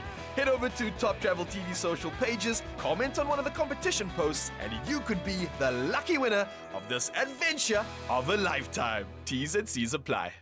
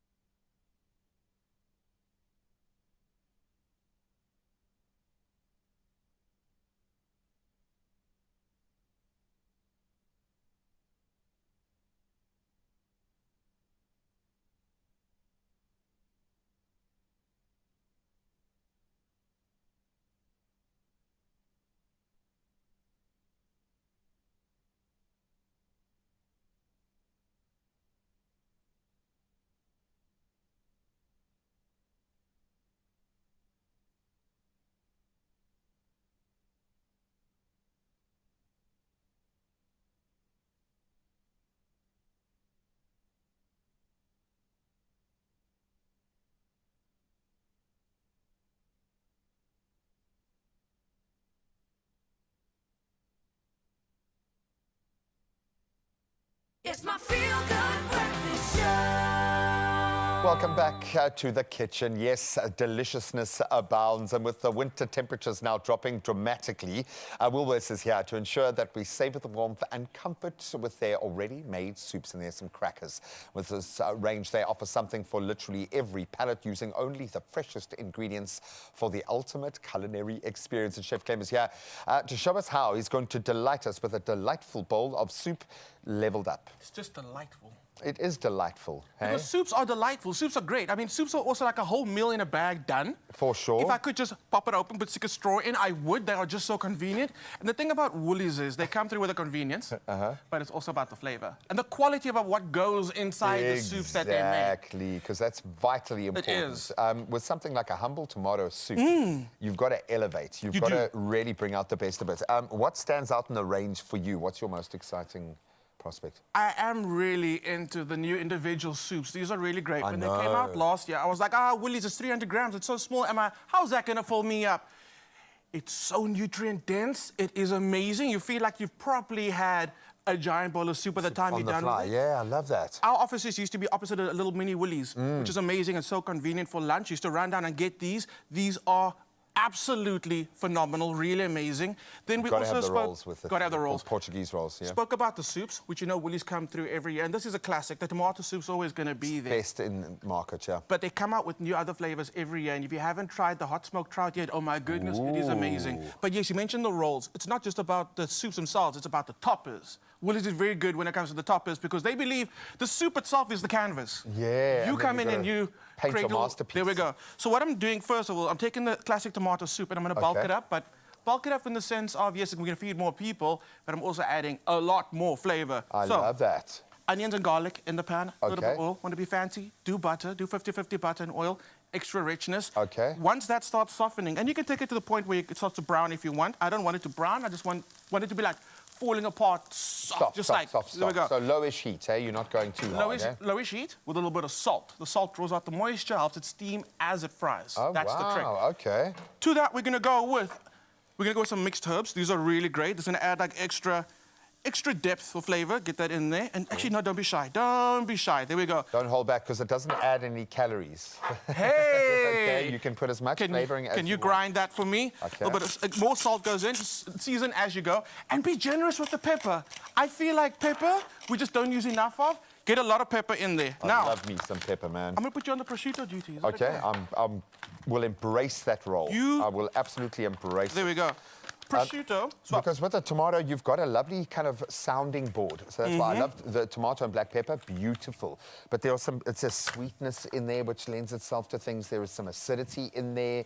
It's a very well-rounded flavor kind of sounding board. So you want to let the other flavors sing. Am I just popping these guys down, eh? Yep. And I think that's why tomato soup is just such a popular flavor because it's got the combination of the sweetness of the tomatoes and then the savoriness of all the other ingredients like the onions and the herbs that are in there. That's what makes tomatoes just such a classic. And like you said, we're just elevating that and playing on those flavors. So with the sweetness of the tomato, we're going to pair that with the sweet, nutty flavor of the prosciutto. Oh, lovely. And again, textures, everything. So we've got the beautiful, soft, silky soup. We're going to need to add some crunch, and that's how we do it. So you can totally go with the croutons that we've got from Woolies. Those garlic croutons are absolutely delicious. I mean, they're a snack on their own. They're a snack on their own. Just gotta tell them, they are beautiful. And then the heat and eat Portuguese rolls, I love those in the air fryer. Oh, it's just amazing. So what I do is I actually slice them first, put the knob of garlic butter in the Portuguese roll. Wow. Then put it in the air fryer. Butter melts, gets all over the place. The outside gets nice and crispy, perfect for your soup. These get crispy into the oven. What up? Someone's taken our crispy prosciutto. Did someone nick the prosciutto? Someone might have eaten it already. Okay. Perfectly fine, not an issue. We will find that person. We will find that person. What you're going to do is... We will hunt them down. Let me tell you how we ended up finishing it all. Okay. The soup goes into your bowl. Okay. Piping hot. I'm also a big fan of putting the whole pot on the dining table and let everybody help themselves. Yeah, I like that. Top that with the beautiful croutons with a crispy prosciutto, a little bit of hard cheese on there, and basil. Layers and layers of flavor. So it's not just a soup anymore. It's really become something so much more. With all that texture and flavor, every spoon that you're going to take is going to be different to the previous one. And that's cool. That's proper dining. So soups are no longer just a convenient, just like get full. No, it's full-on experience now. And it's theatrical. There is something, this is food theatre when it looks this beautiful and tastes absolutely amazing. And it all started with the humble tomato. I love the fact that we have got every element covered going into winter, starting with these soups that we know are a gold mine from a nutrients perspective. And now we've jam-packed the flavour. And you can find this level up recipe on expressoshow.com. Go and satisfy your cravings with some incredibly delicious soups from Woolies. Plus, you can buy any 300-gram soups for only 85 Rand. That's your lunchtime sorted, and this offer is valid up until the 23rd of this month. So you can shop it in-store, online, or using the amazing Woolies app. Clem, you've changed. You've changed in Just the like time that. that I've known you. Magic. The magic continues. It smells incredible in this kitchen, let me tell you. I'm smelling garlic, I'm smelling basil. Is that right? Yes, spot on. Oh, you're going to do fine in maybe this we kitchen, don't need you. man. Yeah, exactly. No, we don't. Okay, so I've invited you to the kitchen for 2 reasons. Yes. I'm going to gift you a soup, you as well, G. But I want you to also taste that tomato soup. I would love There to. we go. Please. And I'm calling you in to be our taster because last week I threw your beautiful poached egg all over the counter. You did. This is my apology. Still haven't forgiven Just you. grab Let me see if I got a spoon. Here we go. Spoon there. I don't want to ruin the beauty of this, but I will. It's all right. The joy of being surrounded by amazing chefs is Wow. they can just do it again. They can They can. recreate Yeah, this absolutely. magic. So just to reiterate, Judge, what I presented for you today is a beautiful, rich tomato soup by Woolies, of course, topped with croutons, toasted parmesan, prosciutto, some hard cheese on top, and fresh basil. I'm trying to have a poker face, but I can't because it is just so good. I never knew soup could be this dimensional. Right? There's so much going on. And again, it's all like Woolies quality we love so much. It's in the bag. Absolutely. Woolies said you're allowed to fake it and tell people that you made it yourself. If you want, just put it in the bowl and serve it. Oh, I like the fact that you've shown us how we can take one of these and level it up as well. Absolutely superb. Go and fill your tummy with warmth and yumminess. And you can do it in-store, online, or with the amazing Woolies app. Don't fall victim to intestinal worms. Use kid-friendly Vermox twice a year and get rid of unwanted guests. Vermox.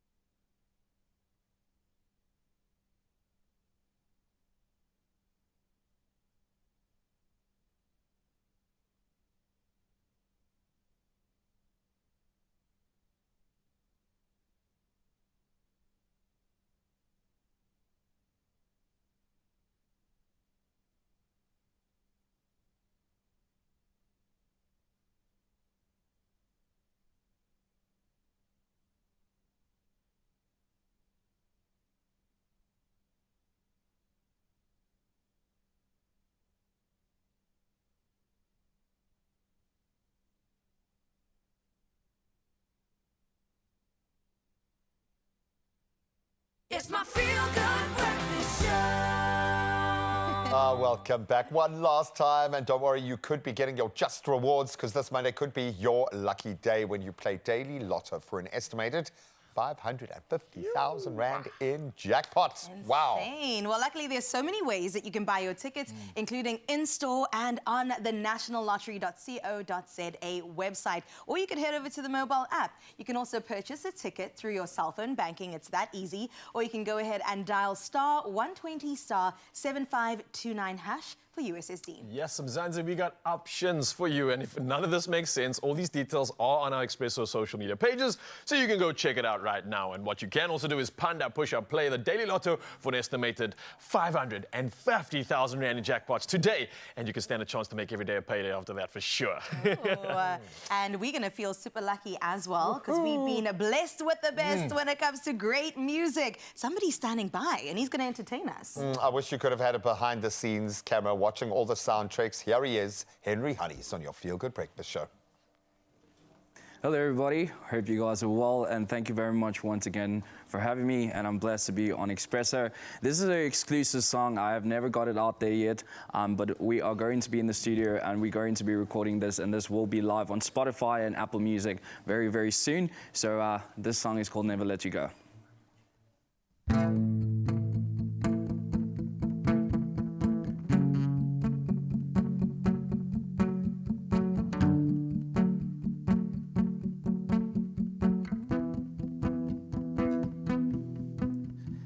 Traveling 1,000 miles, won't you ever hold on? Traveling my mountain times and I ever hold on. So darling, won't you stick around and won't you let me know? As you are mine and I am yours, and I'm letting go. So won't you hold on and never let go tonight? Yes, I am ready to just hold on tight for the last time. So won't you hold on and never let go? Yes, I am ready to just hold on tight. Won't you never let So hold on tight and never let go. Yes, I'm not ready to hold on one more time. From the first time I saw your face, I fall in love, and I just know it's gonna make it through all our pain right now. Just hold on and just never let go. And I've been holding on for the mountain course, and I just want you just to know that you are mine. And I like to say just hold on and never let go tonight, 'cause I'm just ready to just let you know that you are the one for me. So never let go tonight. Never let go tonight. Never let go tonight. Never let go tonight. Oh, never let you go tonight. Oh, never let go tonight. Another feel-good production. Enjoy a thicker and creamier full cream yogurt with real fruit pieces. A fruitful day awaits with Clover Fruits of the Forest.